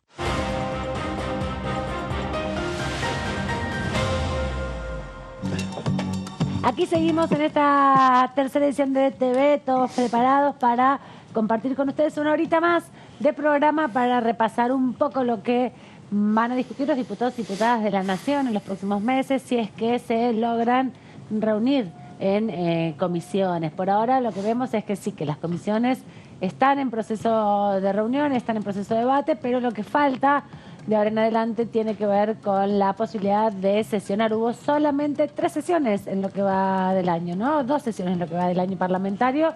Una tercera fue en el contexto de las extraordinarias. El 28 de febrero. Antes de que arranquen las sesiones. 28 de febrero fue, ¿no? 28 de febrero. Sobre el filo. Otro fue el 29-28 de marzo, ahí en relación con el jefe de gabinete, y creo que hubo una más desde ahí hasta ahora, si mal no recuerdo, que se concretó para debatir algunos proyectos. O puede que no se haya concretado, que todavía me quedé ahí con la idea de poder hacerse. Así que... No, y de a poco... Sí. No, perdón, quería hacer un comentario al margen. No, que de a Tengo mi poco se duda. empieza a Creo que armar dos. la agenda de cuáles podrían ser los temas que ingresarían en el temario de esa futura sesión. Hay algunos proyectos que ya tienen dictamen y que están listos para poder votarse, como el proyecto que crea el régimen para la promoción de la producción orgánica de alimentos. También está el proyecto de reforma de lavado de activos, que tiene sus bemoles, digamos, es un poco más complicado. La ley Nicolás sobre seguridad del paciente, que establece algunos protocolos de actuación ante eventos inesperados adversos en instituciones médicas. Y va a estar, seguramente va a tener dictamen también el día miércoles el proyecto de violencia digital. También está el proyecto del régimen de asistentes terapéuticos. Sí, fueron 3 sesiones. Tres, bien. Fueron, menos mal, porque no me equivoqué. Reunión, sesión ordinaria especial 28 de marzo, reunión, sesión especial ordinaria, informativa, 29. Ahí está. No, eran 4 en total, la había hecho mal. Y la otra fuera el 19 de abril. Ahí está. Ahí está, por eso la confusión. Sí, hemos contado la del 28 de febrero, así que fueron 3, estamos, exactamente. Y 3 otras. 2 en el ordinario y una la del estribo de las extraordinarias. Además de la apertura de sesiones el 1 de marzo, además también de la sesión informativa que vino el jefe de gabinete, como decíamos, el 21 pasado de marzo, así que hubo un poquito de deliberación. Tan mala performance no está haciendo. No, y aparte que hay otro tema también, que por fuera de las dificultades logísticas para poder llegar a una sesión, la urgencia de avanzar con temas que son estratégicos y que corren el riesgo de quedar en un segundo plano por el calendario electoral, ¿sí? Y el otro tema, que en el calendario electoral y en los hitos que van surgiendo, muchos están protagonizados por diputados, diputadas, senadores y senadoras. Digo, comienza un momento en donde también podemos dar cuenta de este otro proceso, ¿no? De la actividad legislativa, pero también cómo sus protagonistas están atravesados por el debate político que implica en cada una de sus fuerzas las cuestiones de la previa del escenario electoral, las cuestiones programáticas y lo otro, poner el cuerpo en el territorio y afrontar lo que es la previa de sus respectivas candidaturas, ¿no? Exactamente. Vamos a repasar ahora algo que anticipó nuestro compañero Sebastián Adida respecto a lo que seguro se dictaminará el miércoles en la Comisión de Informática y Comunicaciones, que es esta ley, la ley sobre violencia en entornos digitales. Sebas, nos vas a contar en detalle de qué se trata, la letra chica, digamos, del proyecto, para conocer un poco más qué será dictaminado el miércoles. Sí, hablamos de la ley Olimpia, en referencia también a una ley que fue sancionada en el año 2021 en México, que es una norma modelo. Después vamos a hablar de eso, que sanciona o tipifica en todo caso la violencia digital por cuestiones de género. Va a estar tratándose, vos lo dijiste recién, este miércoles a partir de las 10 de la mañana en la sala 3 del anexo A de la Cámara de Diputados, en la Comisión de Comunicaciones e Informática que preside Pablo Carro. Ya tiene dictamen de la Comisión de Mujeres, Géneros y Diversidad, que se había reunido creo que 2 semanas atrás. Sí. De hecho, la autora de este proyecto, la autora principal, porque también se nutre de los aportes de otros proyectos, pero el proyecto base lo elaboró la diputada Mónica Macha, que es la presidenta de esta comisión, donde ya tuvo un paso exitoso, ya que allí recibió dictamen y quedaba pendiente, esta reunión que se va a llevar adelante el miércoles, donde se va a poner en discusión este proyecto de violencia de género digital que modifica la ley 26.485 de protección integral a las mujeres. No se estipula un cambio, digamos, en el Código Penal, digamos, no avanza sobre cuestiones vinculadas a sanciones penales, pero tipifica la violencia digital, en entornos digitales, que es algo que había un vacío legal en la normativa argentina y es interesante que se pueda avanzar en ese enfoque. Vamos a la siguiente placa, por favor. Ahí está. Algunas de las modificaciones. Artículo 3, que se respete su dignidad, reputación e identidad, incluso en los espacios digitales. El artículo 4 queda redactado de la siguiente manera: se entiende por violencia contra las mujeres toda conducta, acción u omisión que, de manera directa o indirecta, tanto en el ámbito público como en el privado, en el plano analógico virtual, basada en una relación desigual de poder, afecte su vida, libertad, dignidad, integridad física, psicológica, sexual, económica o patrimonial, como así también su seguridad personal. Quedan comprendidas las perpetradas desde el Estado o por sus agentes. Bueno, estamos hablando de violencia digital a partir de situaciones de extorsión a través de la difusión de material íntimo no consentido, donde la mayoría de las víctimas son mujeres, ¿no? Exacto. Y que además porque sobre los cuerpos de las mujeres, los cuerpos feminizados, recaen muchos más estereotipos que sobre los cuerpos de los varones, ¿no? De las masculinidades. Por eso también se pone el eje y el ojo en estas discusiones, porque justamente parte de estas denuncias tienen que ver con la difusión de estas imágenes que por ahí fueron consentidas en el momento en que se realizaron, fueron parte de la intimidad, pero nunca se consintió su divulgación. Claro. Y pasárselas a tus amigos por un grupo de WhatsApp es vulnerar el derecho de una persona a resguardar su intimidad. Y eso está penado por la ley. Ya hay un lugar en el Código Penal y tiene establecido también sanciones determinadas si se hace, si se reitera, la gravedad que eso tenga. Ahora, en general, cuando una va a hacer una denuncia, como es en un entorno digital, lo menosprecian o no le dan la misma importancia que si te llaman por teléfono, van a tu casa y te escriben en la producción a tu casa. Sí, muchas veces una mujer va, hace la denuncia y después... nunca le dan importancia, pero por lo menos las diputadas cumplen en hacer esto. Claro, muchas veces te preguntan, bueno, pero el material fue filmado con consentimiento y la mujer responde, bueno, sí, pero después eso no quita que a posteriori la persona agresora tenga la libertad de viralizar ese contenido, ¿no? Y además también aporta esta discusión a que los varones, las masculinidades discutan entre sí y corten la cadena de complicidad de la difusión de imágenes que evidentemente no son consentidas, ¿no? Porque si te la manda una persona que no es la que es protagonista de la acción, bueno, ahí hay que dudar por lo menos, ¿no? Preguntar, che, ¿está consentido esto? ¿De dónde lo sacaste?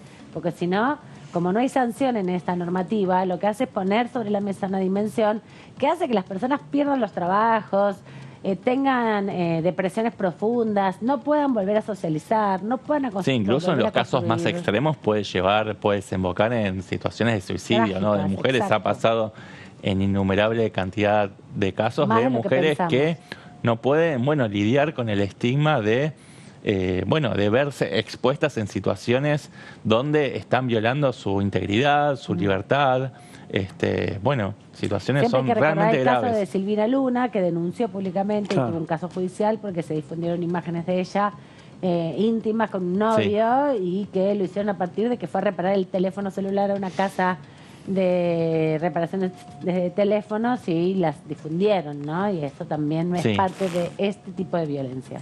No, y por ejemplo acá, en la placa anterior veíamos que se hablaba de son situaciones de violencia basadas en relaciones de poder desigual entre hombres y mujeres, porque parte de un marco de un sistema de dominación de hombres sobre mujeres, lo que decías vos, en general las víctimas, o las mujeres en todo caso, el peso del estigma sobre las mujeres es mucho mayor que el que recae sobre los hombres.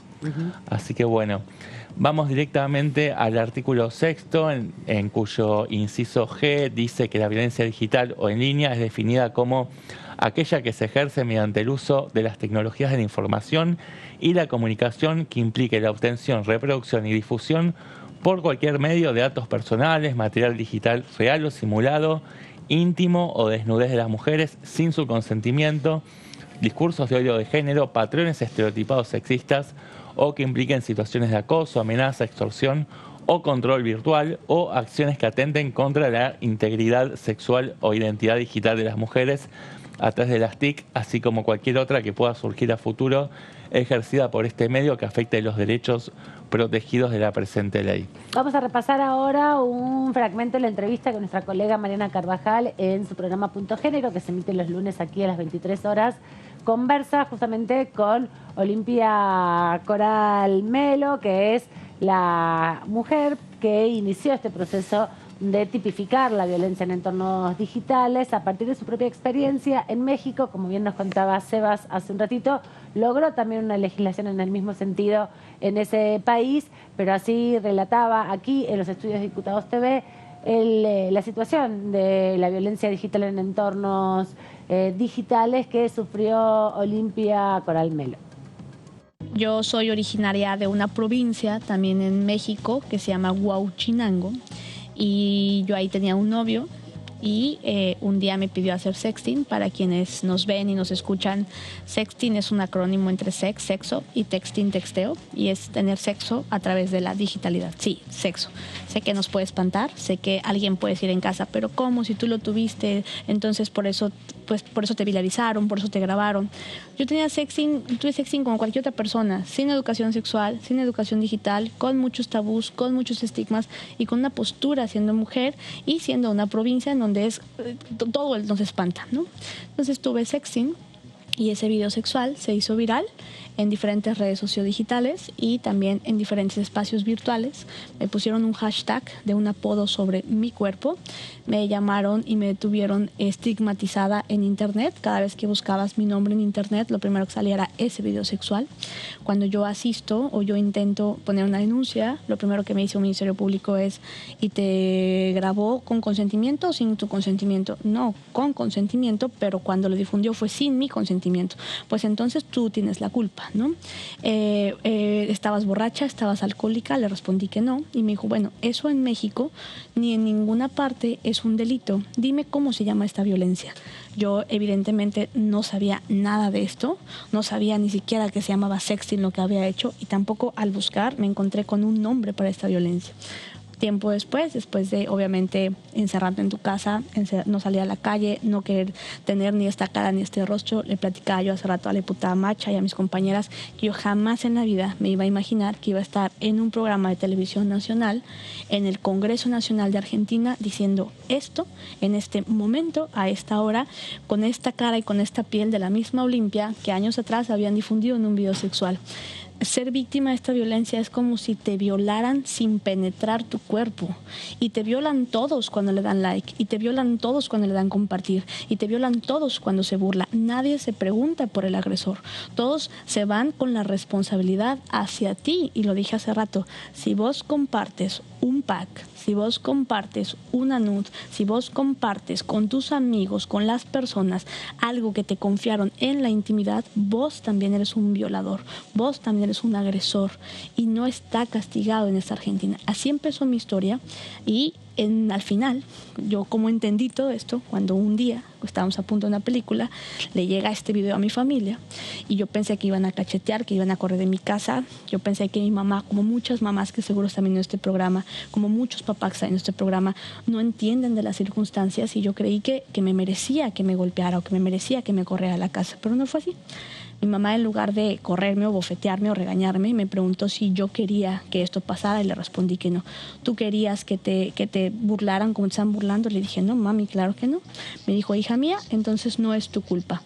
¿Qué culpable es quien lo difundió? ¿Qué culpable sería o qué vergüenza me daría que hubiese un video de ti robando, asesinando, cometiendo un acto de corrupción? Un video de ti desnuda no es nada malo. Y entonces me dijo con esta frase icónica, que es con lo que yo comienzo y se las comparto a todos ustedes, con estas palabras, y perdón que así lo diga. Me dijo: mi vida, tú no hiciste nada malo, todas y todos cogemos. Tu hermana coge, tu prima coge, en ese momento el camarógrafo coge. La diferencia es que a él no lo ven hacerlo, a ti no te ven hacerlo, y hasta yo cojo, mi amor. Pero no hiciste nada malo, lucha, porque tú tienes derecho a la intimidad. Conocí a más mujeres que al igual que yo habían vivido esta situación, y entonces empezamos a hacer una lucha en México que hoy, bueno, se extiende a América Latina con la gran pluma jurídica de amigas abogadas como Florencia Cerda, como organizaciones como Gentic, y hoy con mis amigas de Ley Olimpia Argentina. Y hoy lo que queremos es que lo que no fue para mí, lo que no fue para Belén San Román, sea para las hijas de las personas que nos están viendo, sea para sus nietas, hasta que un día digan: esto sí tiene un nombre, se llama violencia digital. Se llama efectivamente violencia digital, y eso es lo que se intenta tipificar aquí en el contexto de la ley 26485, una ley que no establece modificaciones del Código Penal, sino herramientas para que con todo lo que ya tiene del gran entramado legislativo y judicial que tiene la Argentina, los antecedentes que hay, la jurisprudencia y las leyes que existen, bueno, entiendan que se da en un entorno particular, que es la ley justamente Olimpia, que busca establecer que el entorno digital no es un territorio sin leyes y sin reglas, sino que ahí también se puede vigilar justamente estos procesos de violencia que lo que hacen es afectarle la vida a las personas, ¿no? Impedir que desarrollen con libertad sus propios procesos sociales y sobre todo que se borren de los entornos digitales, por ejemplo, con los discursos de odio o cuando se difunden sus videos íntimos, no quieren ir a laburar, ¿no? Claro. No quieren salir de la casa por la depresión que eso implica. Exacto, Amanda, a propósito de lo que decís, la normativa habilita a los jueces a la remoción de este contenido comprometido para la intimidad de las víctimas, de ese material del entorno digital que es definido también en este texto, y busca evitar interpretaciones de la ley que no favorezcan a las víctimas. Esto tiene que ver con que obviamente la viralización de estos contenidos deja huellas en todo el entorno digital y es importante poder ir borrando esas huellas para tratar de morigerar la situación que afecta la integridad moral, la dignidad y la libertad de estas mujeres, porque los entornos digitales reproducen las mismas lógicas machistas que se dan en el plano analógico y que perjudican la dignidad de mujeres y de personas de colectivos de diversidades también. Y además también la accesibilidad que esto tiene, ¿no? Y la rapidez con que se difunde todos estos materiales, que justamente está ahí la clave, ¿no? Cuando se corta esta cadena de difusión es donde se limita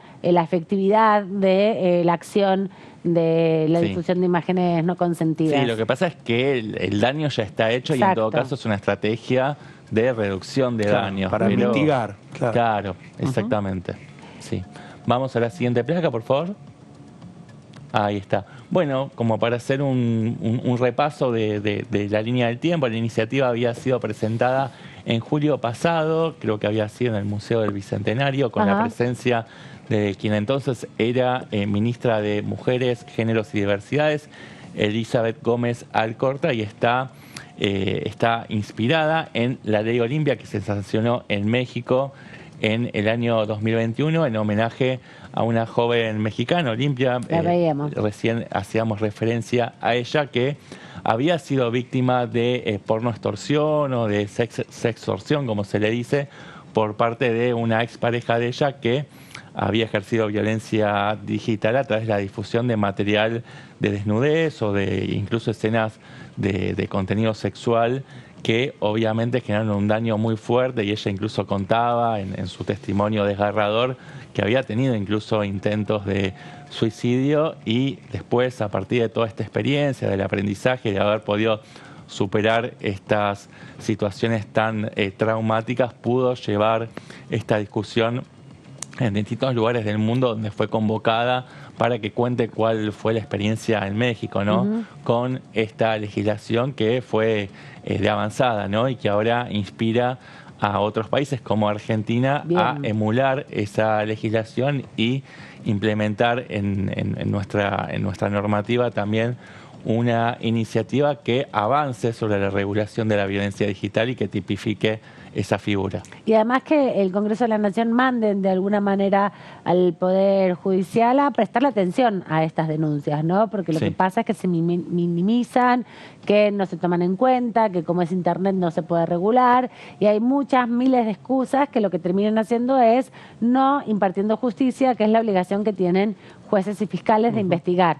En todo caso, no habrá que meter presa a la persona, habrá que mandarlo a capacitarse, habrá que buscar alternativas, resoluciones alternativas de los conflictos, que existen muchos en Argentina, y que además Argentina tiene una tradición histórica de resolverlo de otras maneras también, con casos gravísimos, ¿no? Incluso dando cuenta de la necesidad también de la transformación cultural. Vamos a repasar lo que decía justamente Marcelo San Román. Él es el padre de Belén San Román, una joven que se suicidó aquí en Argentina, producto de también la violencia digital que sufrió, y parte de los testimonios que van dándole encarnadura a estos procesos legislativos que requieren justamente la sensibilidad colectiva para advertir un problema que no siempre tenemos claro que se está desarrollando, pero que cambia la vida de las personas, que afecta directamente la integridad de las personas, principalmente de las mujeres y principalmente de las mujeres jóvenes. Así que repasemos este testimonio de Marcelo San Román, el papá de Belén. Esto recién empieza, es un camino largo, lo sé, pero ya tomé la decisión de hacerlo en memoria de mi hija. Quisiera que esto que esté tipificado en el Código Penal, que se haga ley Olimpia y ley Belén, para que si alguien algún día tiene, más que nada lo hago para que no le pase a otra chica, a otra mujer. Bueno, eso es muy difícil para mí estar hablando acá, nunca en mi vida pensé entrar en esta situación, pero bueno, le tocó a mi hija.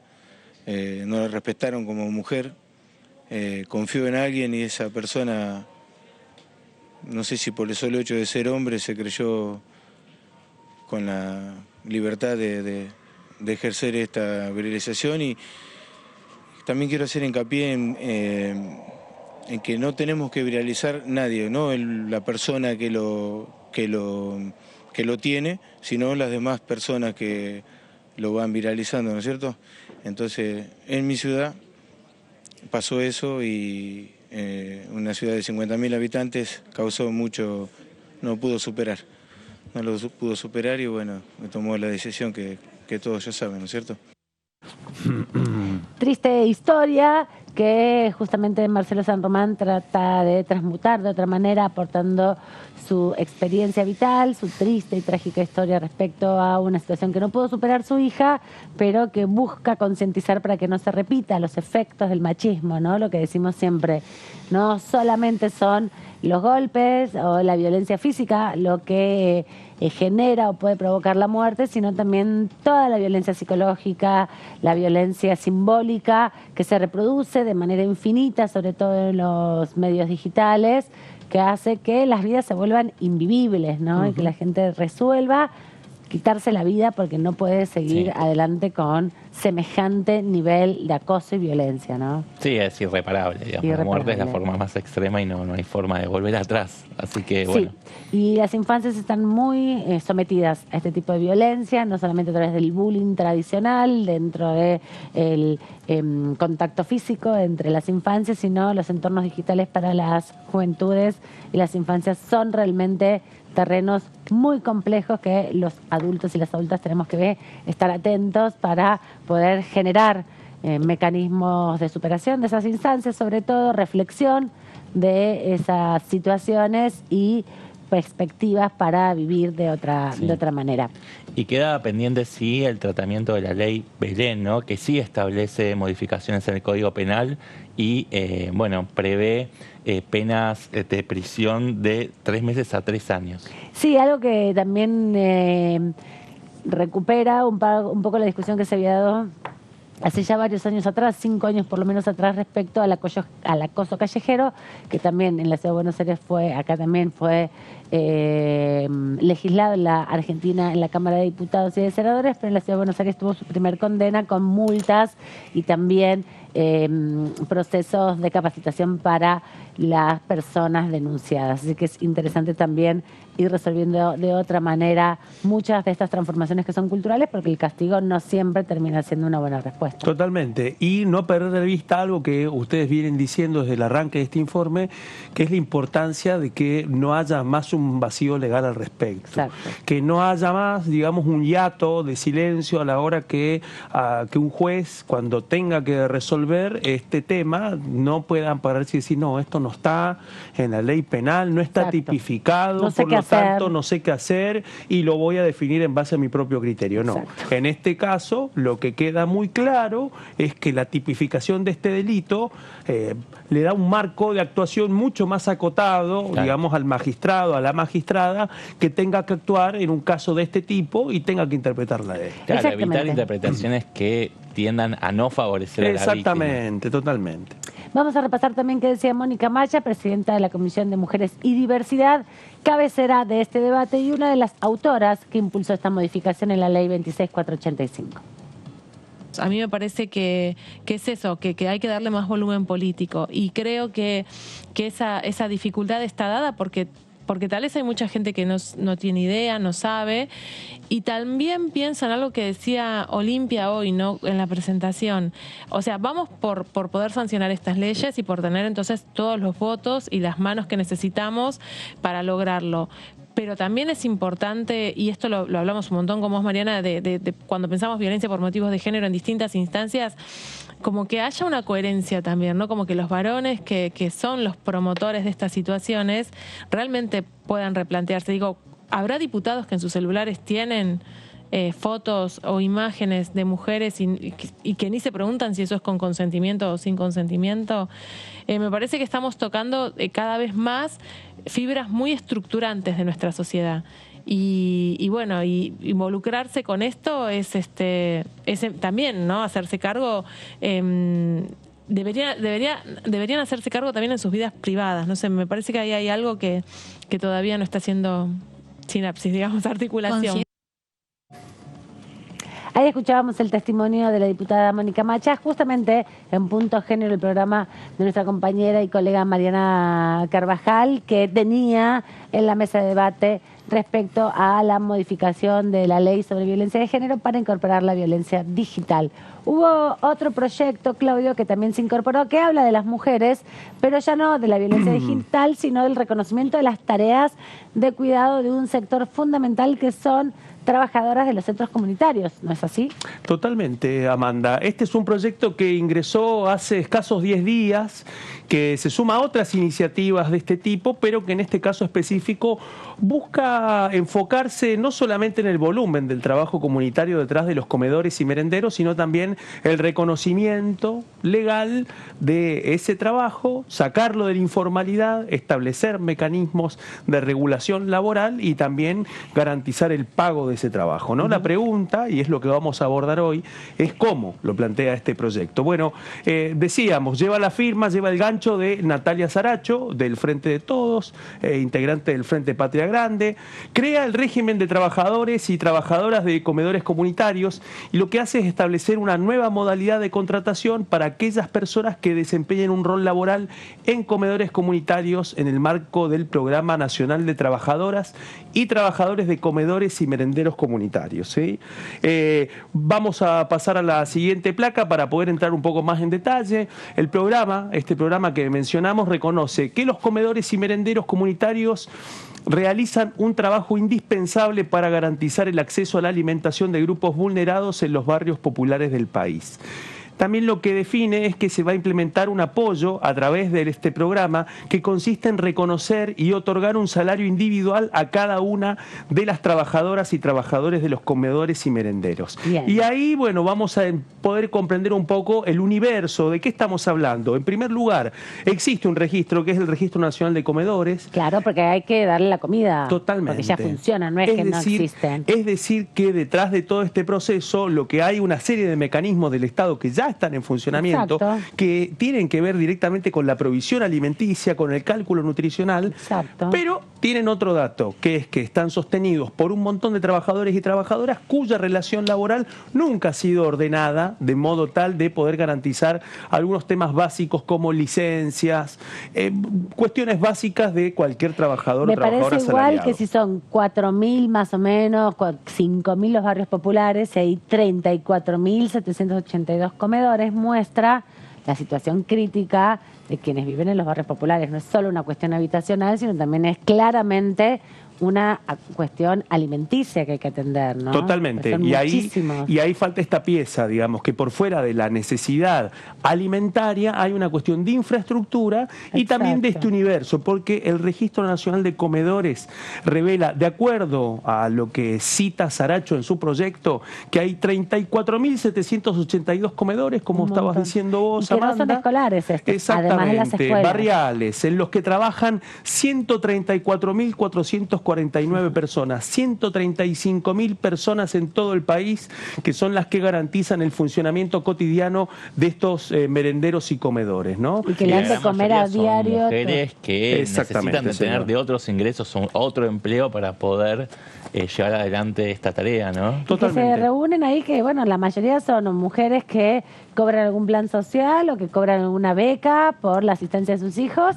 y que ponen todo su tiempo libre y todo su tiempo no libre al servicio de su comunidad, porque ¿quién cuida a esos niños? ¿Quién se ocupa de organizar un comedor comunitario que es muy complejo porque las raciones nunca alcanzan, porque hay que garantizar que la comida esté en tiempo y forma y porque cada vez hay más gente que va al comedor y hay que distribuir lo poco que hay y hay que hacer magia? Y la mayoría de esas trabajadoras no recibe asistencia del Estado más allá de cobrar, por ejemplo, el potencial trabajo, pero no una ayuda en la actividad que están desarrollando. Que el potencial trabajo es otra actividad y ahí vemos también cómo a la estigmatización mediática plantea que son personas que no hacen nada o que no tienen ninguna cooperativa cuando sostienen un comedor o que obligan a sus hijos a ir a las marchas cuando no tienen dónde dejarlos. Exactamente. Si ellas son las que organizan el comedor. Totalmente. ¿Con quién van a dejar a los pibes? Este proyecto tiene muchas semejanzas con una iniciativa que presentó hace 10 días más o menos la diputada también del Frente de Todos y también proveniente de movimientos sociales, Natalia Souto, ¿no? Que también de Barrios de Pie. Claro, que también reconoce el valor social y económico de las tareas de trabajo comunitario. Están avanzando la mayoría de las organizaciones en visibilizar y garantizar de que finalmente haya un tratamiento de esta iniciativa, especialmente por lo invisibilizado de este tema, porque estamos hablando de un trabajo de lunes a lunes que muchas veces pasa a un segundo plano. Poder comprender que un comedor pueda garantizar su funcionamiento pleno un lunes implica que hay mucho trabajo el fin de semana, que hay muchas veces un trabajo casi simultáneo al arranque de la cocina a 7 de la mañana, 8 de la mañana. Bueno, toda esa dinámica queda en la narrativa poética muchas veces que no tiene presente el nivel de sacrificio que implica toda la dedicación de estas casi 135.000 hombres y mujeres que trabajan en comedores y merenderos. Acordate que cuando comenzó la pandemia, Leonardo Grosso también impulsó un proyecto en el mismo sentido para que se las reconozca, venció el plazo de ese tratamiento de proyecto y ahora son dos dirigentes de los movimientos sociales que vuelven a traer el debate ya con más peso específico, ¿no? Totalmente. Y ahí tiene que ver con este punto de la placa porque el proyecto lo que busca es responder a una demanda histórica de las organizaciones sociales por el reconocimiento formal del trabajo realizado por estas trabajadoras y trabajadores que estamos mencionando, que alimentan a millones de personas a lo largo de todo el país. Un dato para poder dimensionar la importancia que tiene el trabajo en los merenderos y en los comedores. Por ejemplo, Saracho tomaba el dato de la organización La Poderosa, que realiza entregas diariamente de 40.000 raciones a lo largo del país. Bueno, sus trabajadores y trabajadoras que están involucrados en el trabajo de los comedores dedican entre 6 a 8 horas diarias de trabajo, ¿sí? Para poder garantizar la provisión de estas raciones, ¿no? ¿Cuándo van a trabajar para...? Porque además estas mujeres tienen que trabajar en su propia casa, por ahí no preparan la comida, pero hay que lavar la ropa, hay que hacer a los niños, hay que ocuparse de la escuela, hay que ocuparse de la casa, hay que ocuparse de los adultos mayores, más allá de la comida que por ahí se garantiza a través del trabajo que hacen en el comedor. Así que doble jornada, háblame, ¿quién te conoce? ¿No? Claro, totalmente, es que realmente es un trabajo con muchas horas de dedicación. Exacto. Vamos a ver el detalle específico del cálculo horario en la siguiente placa y tiene que ver específicamente con esto. Según el dato de La Poderosa, si contabilizamos 6 horas de trabajo diario, de lunes a sábado, la suma es de 144 horas mensuales por las cuales se reclama un salario mínimo vital y móvil con garantías de la seguridad social, ¿sí?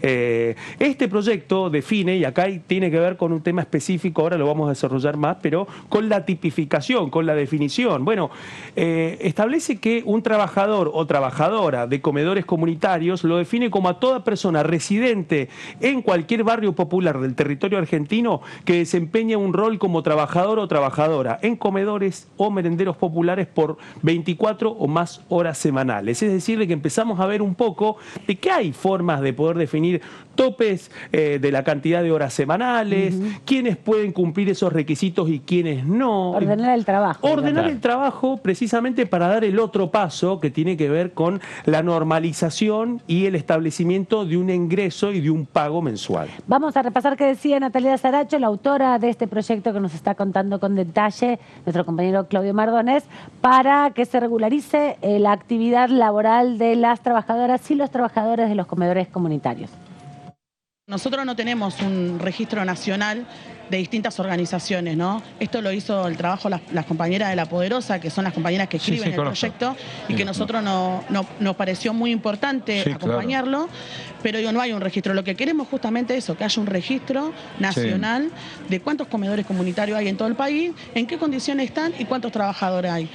Y en ese sentido, que esté regulado en el Ministerio de Trabajo, para poder generar justamente derechos laborales. Hoy lo que nosotros estamos planteando es que si el Estado reconoce que hay una urgencia, hay una necesidad de tener que mandar mercadería a los comedores, que se reconozca justamente el traslado, quién los cocina, quién lo administra, bueno, que reconozca ese trabajo que no se reconoce, pero que existe todos los días. Este proyecto tiene que ver justamente con esto, con armar un organismo que tenga primero un control, que es lo que no tenemos. Nosotros necesitamos saber cuántos comedores a nivel nacional tenemos, cuántos trabajadores, en qué condiciones están esos comedores, en qué condiciones trabajan esas compañeras, y también que haya un salario que tenga que ver con el salario vital y móvil para poder regularizar las condiciones de esas trabajadoras. Escuchábamos y veíamos el testimonio de Natalia Saracho.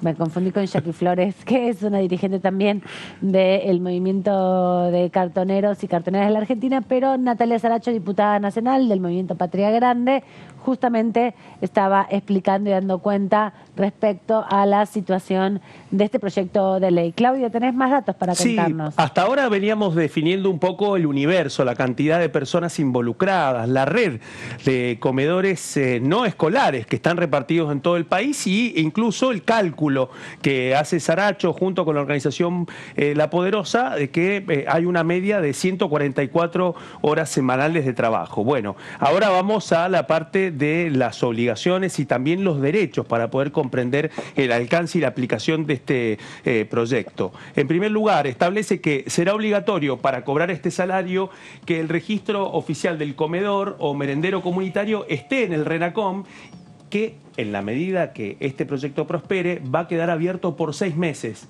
para poder ampliar. O sea, de acá a 6 meses. Exactamente. Claro, porque hay muchos comedores que son ollas populares, que no se han constituido como tales. No están inscritos y que alguien le recibe, le alcanza las mercaderías. Totalmente. Y esto también aporta otro dato que muchas veces pasa inadvertido: el dificultoso trabajo de construir un registro nacional de comedores, teniendo en cuenta las características que tienen en la intervención territorial. Porque una cosa es identificar un comedor en una escuela y otra cosa es poder garantizarle cierta infraestructura y tenerlo en el radar del Estado a los comedores que están en los barrios populares, ¿no? Porque responden también a un entramado social en donde lo que se ve es que muchas veces hay muchas familias involucradas en el funcionamiento y muchas subjetividades detrás de esas 144 horas semanales de trabajo, ¿no?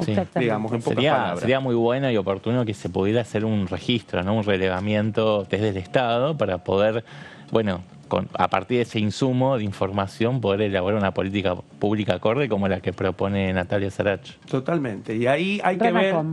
Es una pulseada, entiendo yo, también para las organizaciones sociales. Y porque, además, estarían en la órbita del Ministerio de Trabajo, ¿no? Porque eso también le da otro tipo de diálogo con el Estado, ya no tanto la asistencia. Eso es otro de los puntos que vamos a ver ahora, que lo vamos a ver enseguida, pero sí, efectivamente, porque bueno, está bueno hacer este ejercicio para ver cómo se va a aplicar, porque lo interesante de estos proyectos no pasa solamente por conocer sus aspiraciones, sino saber realmente cómo se pueden aplicar, de cuánto depende su aplicación poder sumar votos para poder garantizar de que pueda ser transformado en ley. Exacto. Me parece que ahí hay un elemento muy importante. Y en este caso específico la gran pregunta es, bueno, ¿quién paga? ¿Cómo funciona esta contratación? ¿Cómo sería? Bueno, ahí lo que establece este proyecto es que se aplicarán mediante este sistema las modalidades de contratación reguladas por el Programa Nacional de Comedores y Merenderos Comunitarios en el marco del Ministerio de Trabajo, que regula la relación de empleabilidad entre los comedores y merenderos comunitarios y los trabajadores y trabajadoras de comedores. ¿Sí? Eso, pasamos a la siguiente placa para poder entrar un poco más en detalle. ¿Quién paga? ¿Cómo se paga? El salario será otorgado a aquellas personas que se encuentren desocupadas, se desempeñan en la economía informal, sean monotributistas inscritos en las categorías A o B, monotributistas sociales y trabajadores de casas particulares, siempre que no tengan relación de dependencia, sean monotributistas C y autónomos. Es decir, que también hay una serie de características específicas para poder definir cómo este registro puede reconocer a un trabajador o trabajadora de comedor comunitario y de merendero para que pueda acceder a este reconocimiento de esta relación laboral con el comedor, ¿sí? Es decir, que no alcanza con que haya un montón de gente trabajando en un comedor para que puedan acceder a la modalidad que establece esta ley, ¿sí? Se requiere cierta registración. Cierta registración, ciertos ingresos, ¿sí? No están en relación de dependencia, por ejemplo, o sea que además esto no duplica una relación de dependencia. Exacto, no puede tener dos trabajos. Exactamente, busca ordenar una práctica social muy reiterada en los barrios, que además muchas veces está sostenida por otro componente muy invisibilizado, por trabajadores y trabajadoras informales que no tienen ninguna relación de dependencia. Y que las organizaciones saldan un poco como pueden esa situación con los planes sociales, no tan estigmatizados y tan señalados como maléficos. Bueno, acá está el trabajo que se hace con esa plata del Estado. Lo que bien nos decía, es un ingreso muy insuficiente y es necesario que tengan un reconocimiento como un trabajo, ¿no? Como un trabajo. Absolutamente. En este caso, si no me equivoco, por lo que puede tener la placa que vos preparaste, se trata de el equivalente a un salario mínimo, ¿no? Ahí está el tema, porque ahí viene otra instancia que es también cuál es el tipo de salario y cómo va a ser definido, ¿sí? Otro punto de esta placa, el contrato celebrado entre el comedor y el merendero comunitario y la trabajadora o trabajador se entenderá celebrado a prueba durante los primeros 30 días de su vigencia, o sea que también tiene un periodo de trabajo a prueba. Vamos a la siguiente placa para poder comprender algunos más de estos detalles. Por ejemplo, las categorías profesionales y puestos de trabajo para el personal comprendido en los comedores y merenderos comunitarios comprendidos en este presente régimen quedarán sujetos a lo que disponga la reglamentación respectiva del Ministerio de Trabajo. También define que la jornada de trabajo no podrá exceder 7 horas diarias y 45 horas semanales, una media mucho menor a lo que está sucediendo en el trabajo cotidiano, al menos por las cifras que menciona Saracho en su proyecto, basada en la experiencia de la organización La Poderosa. También establece un descanso semanal de 48 horas corridas a partir del sábado a las 0 horas. Y otro tema, también absolutamente invisibilizado, también establece licencia por vacaciones, por enfermedad, por maternidad, paternidad, fallecimiento, por examen y seguro de riesgos del trabajo a cargo del programa. Eso sería un cambio paradigmático para la situación de tantas trabajadoras, principalmente de los comedores comunitarios, y pensaba, ¿no? Esa fantasía muchas veces que se tiene que el comedor funciona de lunes a viernes. El comedor funciona de lunes a lunes, de mañana a de noche, de tarde a de mediodía, porque no podés cerrarle la puerta en la cara a nadie, porque son tus propios vecinos que si vienen a la hora de la tarde a pedirte un vaso de leche porque están recontra en la lona. Sí, ¿no? por eso va a ser difícil cumplir con ese requisito de que, bueno, haya un descanso de 48 horas, porque muchas veces las necesidades y las realidades desbordan lo que corresponde, que es una jornada con un tope de carga horaria y demás. Lo mismo que ahí también se plantea con respecto a las licencias por paternidad, ¿no? Las licencias por nacimiento que se están discutiendo respecto, bueno, cómo se reemplaza. Contraten más gente, incorporen más gente, tengan un régimen que sea de 2 días de descanso, pero que también pueda complementarse con los fines de semana. Totalmente. Y aparte porque hay otra ecuación numérica que además el proyecto no equipara este ingreso que puede llegar a tener el trabajador o trabajadora de comedor con lo que establece el salario mínimo vital y móvil que define el Consejo del Salario Mínimo Vital y Móvil. Acá lo que propone Saracho es que el salario mínimo por tipo, modalidad y categoría profesional será fijado periódicamente por la Comisión Nacional de Trabajo en Comedores y Merenderos Comunitarios.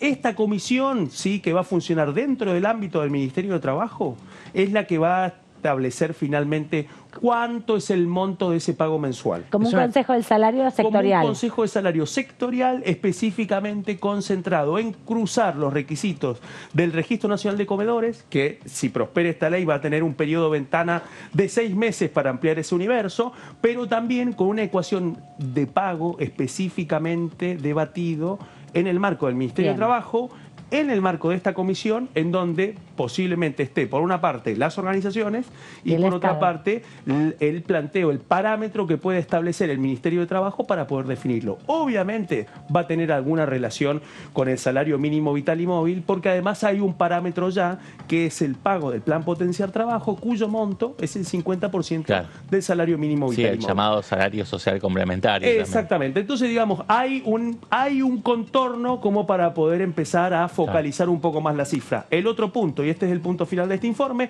cada trabajador o trabajadora deberá contar con una cuenta bancaria en el Banco de la Nación Argentina con su nombre, será única e intransferible, en la cual el Ministerio de Trabajo depositará los primeros 5 días hábiles de cada mes el salario estipulado. Sería un gran avance para la formalización de cientos de trabajadoras que hoy realizan sus tareas pero no son reconocidas por nadie, solo por su comunidad, que siempre les agradece y con muchas muestras de cariño están acompañándolas. Vamos a repasar qué decía Federico Fagioli, otro de los diputados del bloque del Frente de Todos, impulsor de este proyecto. La verdad muy contento de estar acá compartiendo la presentación de este proyecto con tantas compañeras que trabajan en los comedores comunitarios de los barrios más humildes de la Argentina. Aclaro, sobre todo trabajadoras, mujeres que le ponen el cuerpo, que paran la olla, que ayudan, incluso cuando no tienen, ellas mismas en sus casas, ayudan a que otros y otras que la están pasando muy mal puedan tener un plato de comida ante esta situación realmente compleja y en todas las situaciones complejas que hemos atravesado como argentinos y argentinas.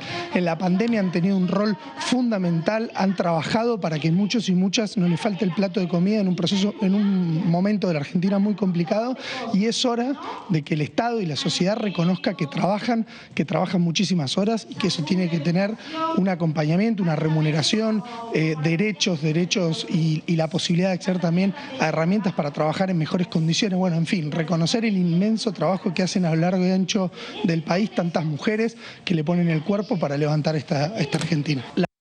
Ahí escuchábamos justamente a Federico Fagioli, con él nos despedimos hasta la próxima. Gracias, Evadida, por este rato, por toda la información compartida. Gracias, Claudio, por venirte hoy y compartir con nosotros. Arrancar la semana así. Nos vamos hasta la próxima. Chao, que estén bien.